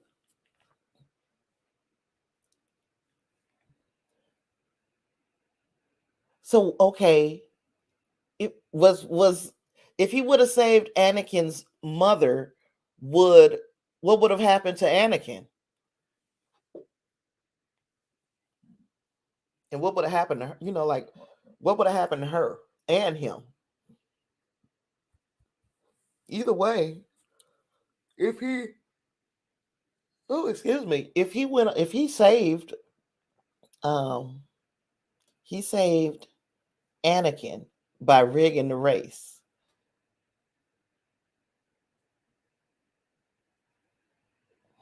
Imagine if Qui-Gon had saved Shmi Skywalker instead. Oh, then that he wouldn't have been faced with the losses that he had, and he wouldn't have made the choices that he made, and he would have turned out to be a Jedi instead of a Sith in the end. Is that what we getting at? Yeah, yeah, that is something that would have changed. It would have changed the rest of the story. You said neither Qui-Gon or Obi-Wan went back for Shmi. They should have. Yeah, because could the Force could foretell what was going to happen if Anakin suffered that big of a loss. But they, yeah, they were thinking selfishly. She would have been there to help Anakin grow and become a better man. Yeah, I see. That does make sense. Maybe they now is that's your theory? Because that actually makes perfect sense. The Jedi sound like a bunch of p words, and I ain't gonna say it. Say the Jedi are so against parents hanging around. Yeah, that's a little scary. I know. I'm being silly and adding today's problems into this society.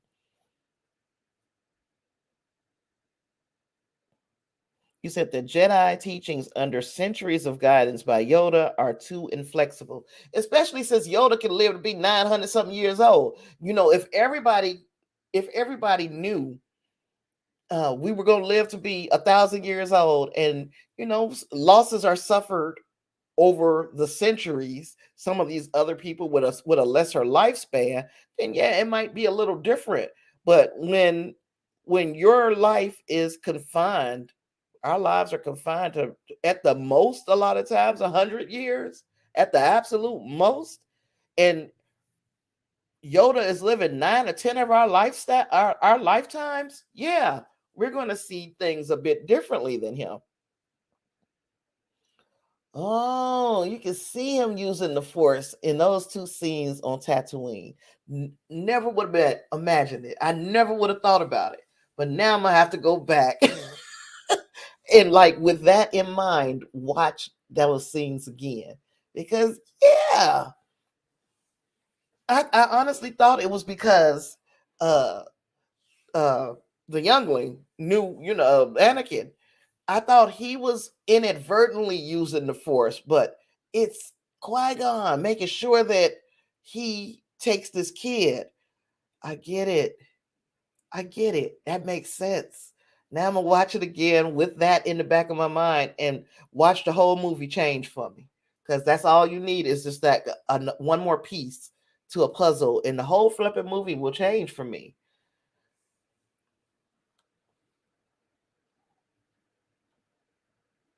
You said there are neutral force users that the Jedi are categorized as gray. That's weird. Now, why they hunt them? Why do they hunt them to extinction? I'm trying to make me understand what why would they why would that bother them that these gray. I thought they was only concerned about the ones that were using the force for dark nefarious type purposes. And how bad then if the Jedi teachings are flawed? How bad are the Sith really? Are the Sith really as are they really bad guys? I mean, I know we see things being done and it looks real evil from our standpoint, but are they bad guys?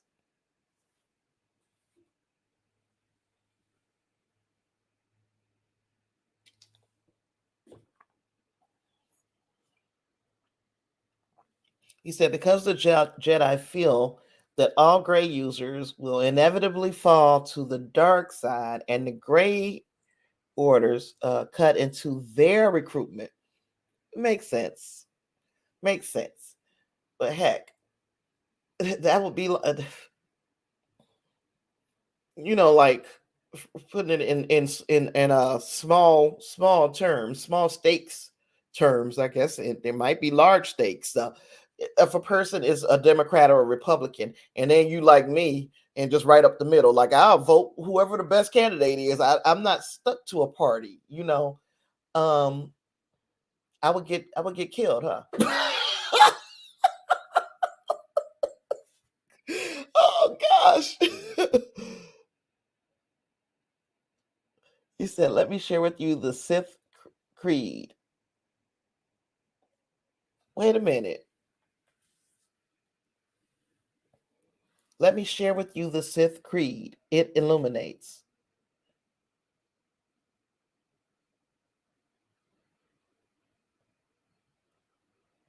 Oh, okay. Wait a minute. I think I remember some of the Sith Creed. You're going to show it to me. Peace is a lie. There is only passion through passion. I gain strength through strength. I gain power through power. I gain victory through victory. My chains are broken. The force shall free me. Because I can remember reading those creeds once before and thinking, well, I kind of identify with the with the Sith. Yeah, I kind of identified with the Sith. Is that scary? Oh gosh, it might be scary to some, huh?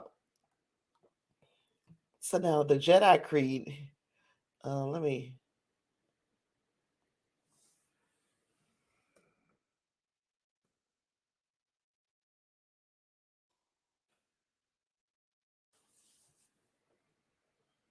Of course, they're gonna make something so freaking little that I can't see it. Let's see.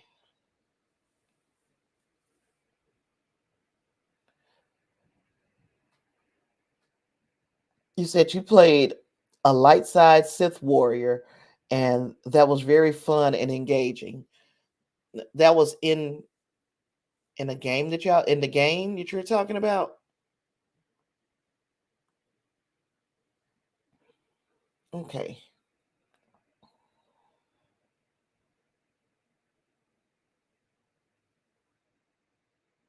there is no emotion. There is peace, and the Jedi's are where they start is there is no ignorance. There is knowledge.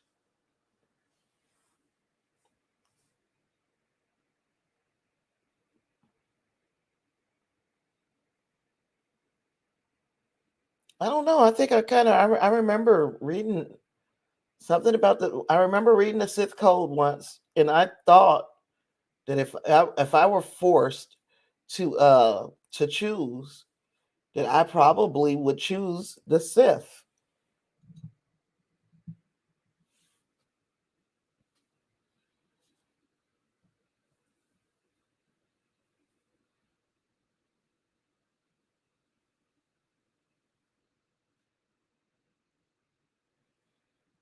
Mm.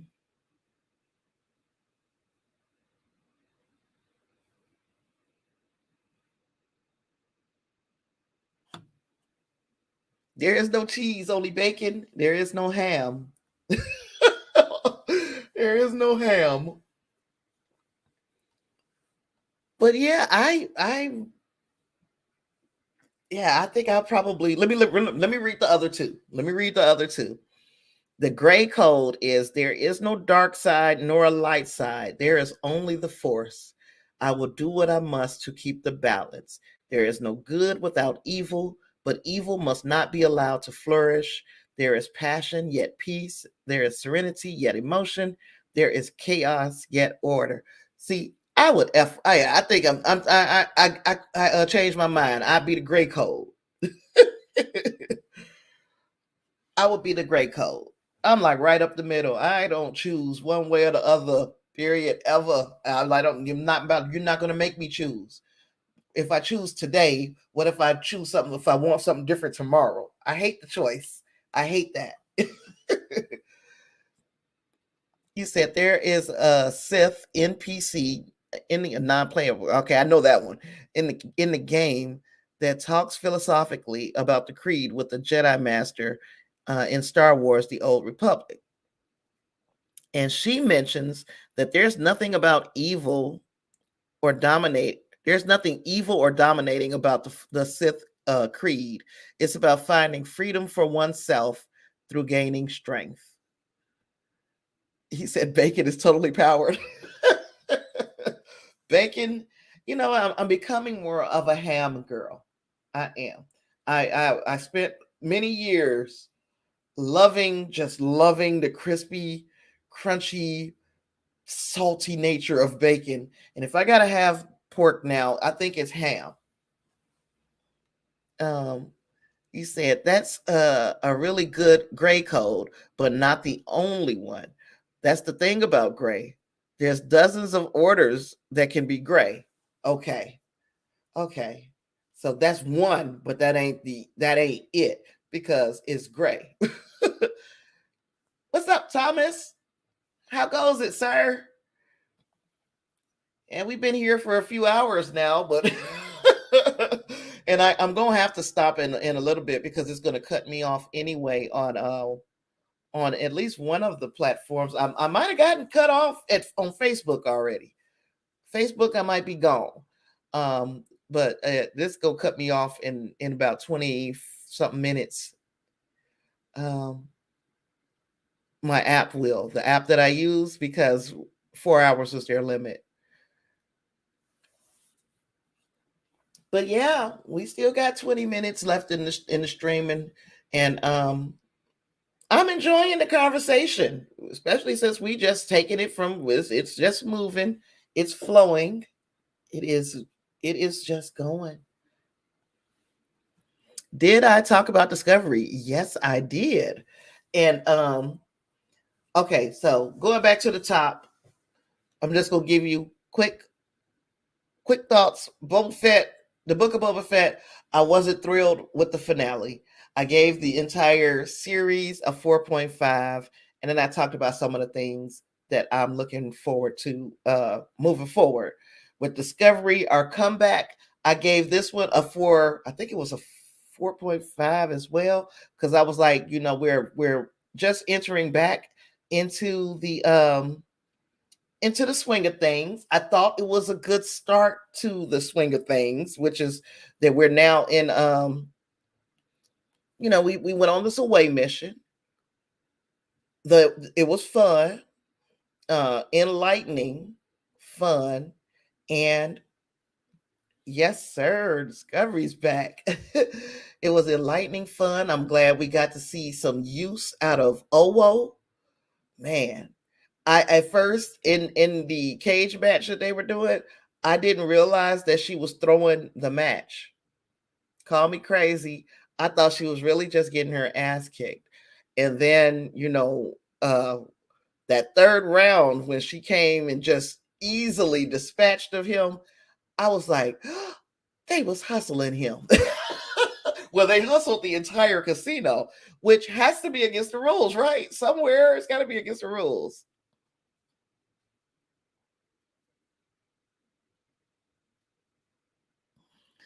But do we, Angus? You said in Legends, Boba becomes the next Mandalore, but now we have Dinjarin being pushed that way by fate. Do we think it's him or Grogu? Like, will Mando get it just to pass it down to the person who's supposed to be this savior of Mandalore, which would be Grogu? Man, Peacemaker was fantastic as well. I like the fact that the battle with the white dragon, finally we finally saw him, and they didn't play around with it. He he did what he had to do. As far as, let me put that spoiler warning up here so people know that if they do join me here, you might run into some spoilers. But if I can find it, I can't halfway see. Even though it's saying I'm talking about stream something Sundays, and today is clearly Monday. But um, yeah, when he dotted his father's forehead, I I was very I was shocked. I didn't, but I knew that. I was like, we can't have another villain floating around. It's something is got to give, and what gives is Daddy gone. Right. So you said over Din's dead body, and I just don't see it unless Bo kills Din and then Grogu kills Bo. Or, I mean, what happens if the rightful uh holder of the black saber dies in years to come? Let's just say he dies of old age. Does it get passed to his heir? And would Din Djarin's heir be Grogu? That is that, and I'm not suggesting that it is. It's really a legitimate question. Would that be a scenario where that can happen?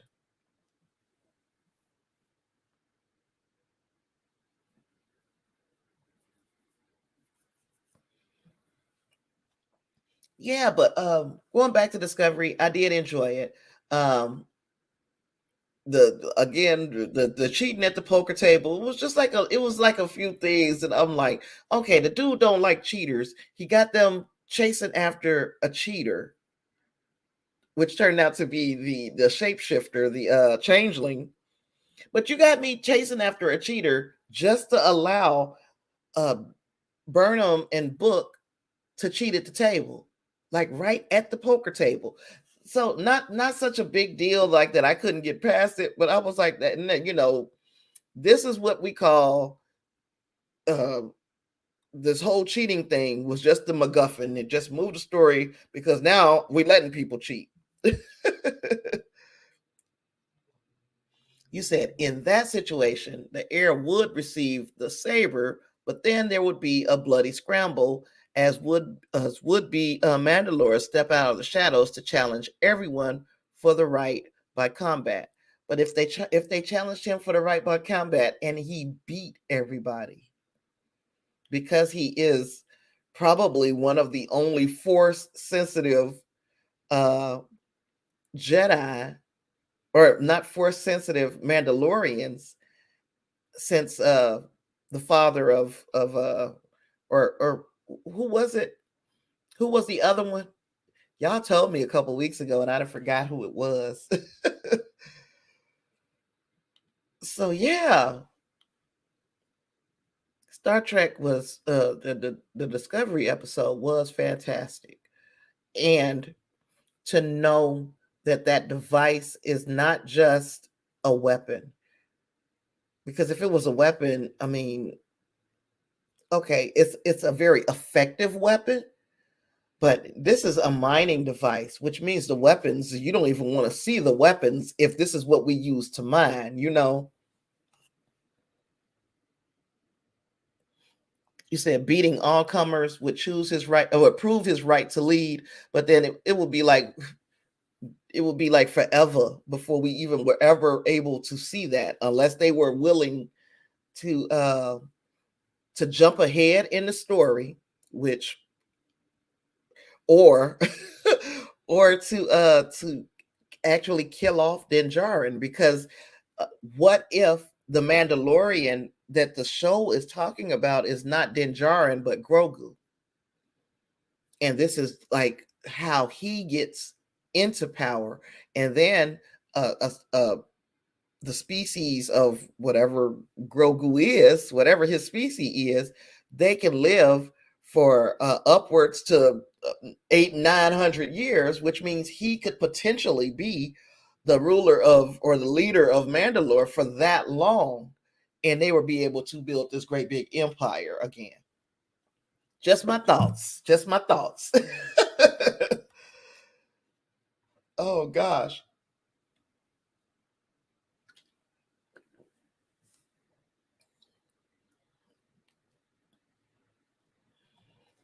Yeah, it would be bad. And I'm not saying it would be something that would happen like tomorrow or next season. But if Din Djarin was able to maintain and continue to have the dark saber without people coming out of the woodworks on him, if he were able to hold on to it and either die of a natural cause or let Grogu get a little older and somebody actually kill him for it, and then Grogu has that vengeance where he has to get it back, and Grogu has the ability or the potential to live for all of these years and build Mandalore back to where it was, before the shit happened. What did they call it? The night of 1,000 tears. Yeah, I think I'm not saying, of course, that's just my elevator pitch for a season or for the way the Mandalorian ends. There is I guess a precedent where he's been known to protect Din Djarin throughout anything. So if somebody were to actually get to him, an older Grogu would fuck the world up if they got to him.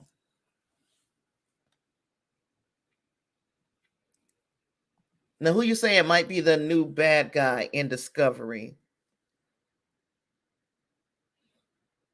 Um, because that's what I mean. The Discovery episode, we saw how, like I said, the mining device was, that's one thing. It's a piece of cake. Let's see the real weapons. What do we think is behind the weapon? I mean, the mining device. What kind of species do we think that we're going to see once we get once we pull back the curtain? Who do we think, or will it be somebody we've never seen before?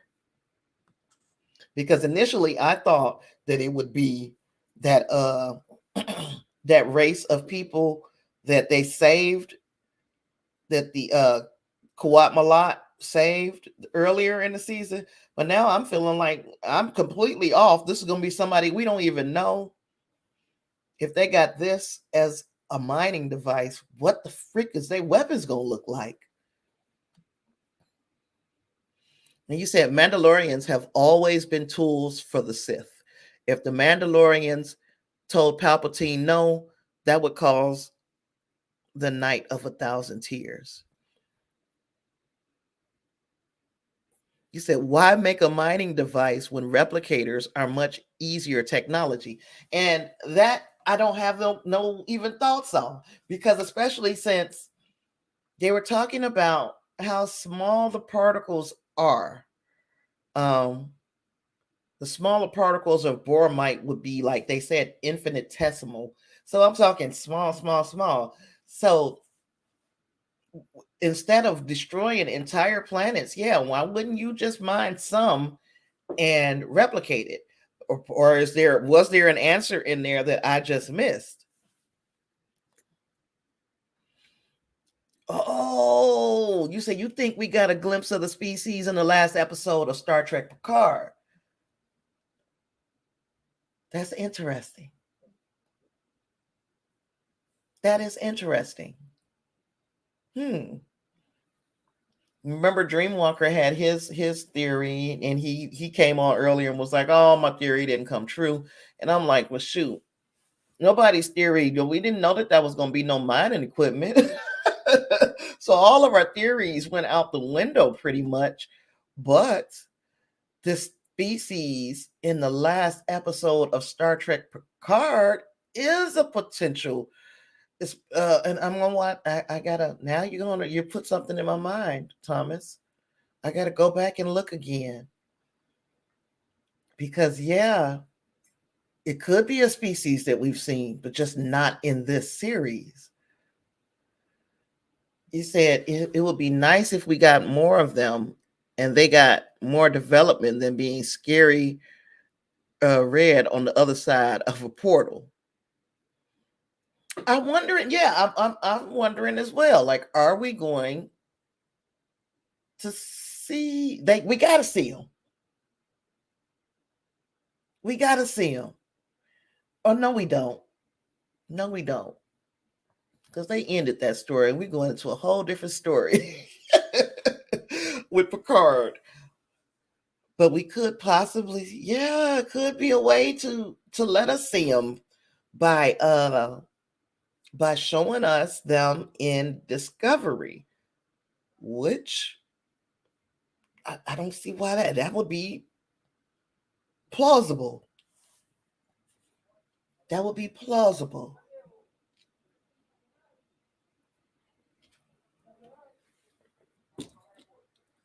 What you agreeing with, Thomas? I'm just now seeing that, honey. what you agreeing with? I don't know if Amy is still here. I'm about to go. I'm gonna go in here and make me a brisket sandwich in about 10 minutes because the stream is going to end in about 10 minutes. He said, and they were never heard from again.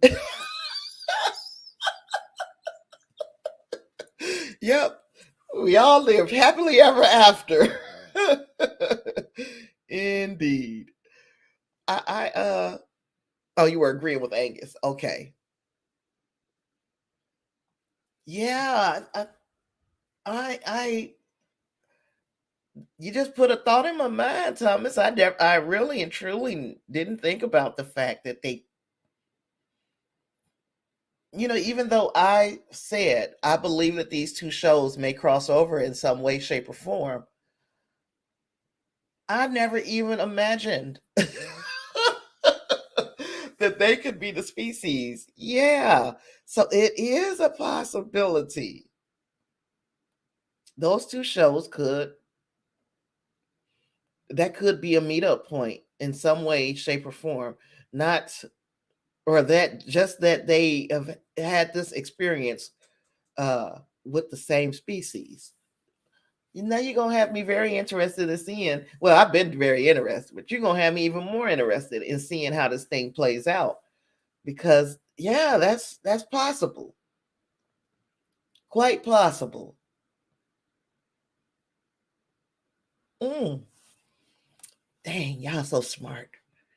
We got two different Star conversations, Star Wars and Star Trek, and both of them are getting good at the 4 hour mark. Well, we talked. We had great conversation today. I wish you would have been here earlier, Thomas, where you could have. We didn't talked about everything under the sun. uh, Starting with that Multiverse of Madness trailer, and a lot in between, anime and everything in between.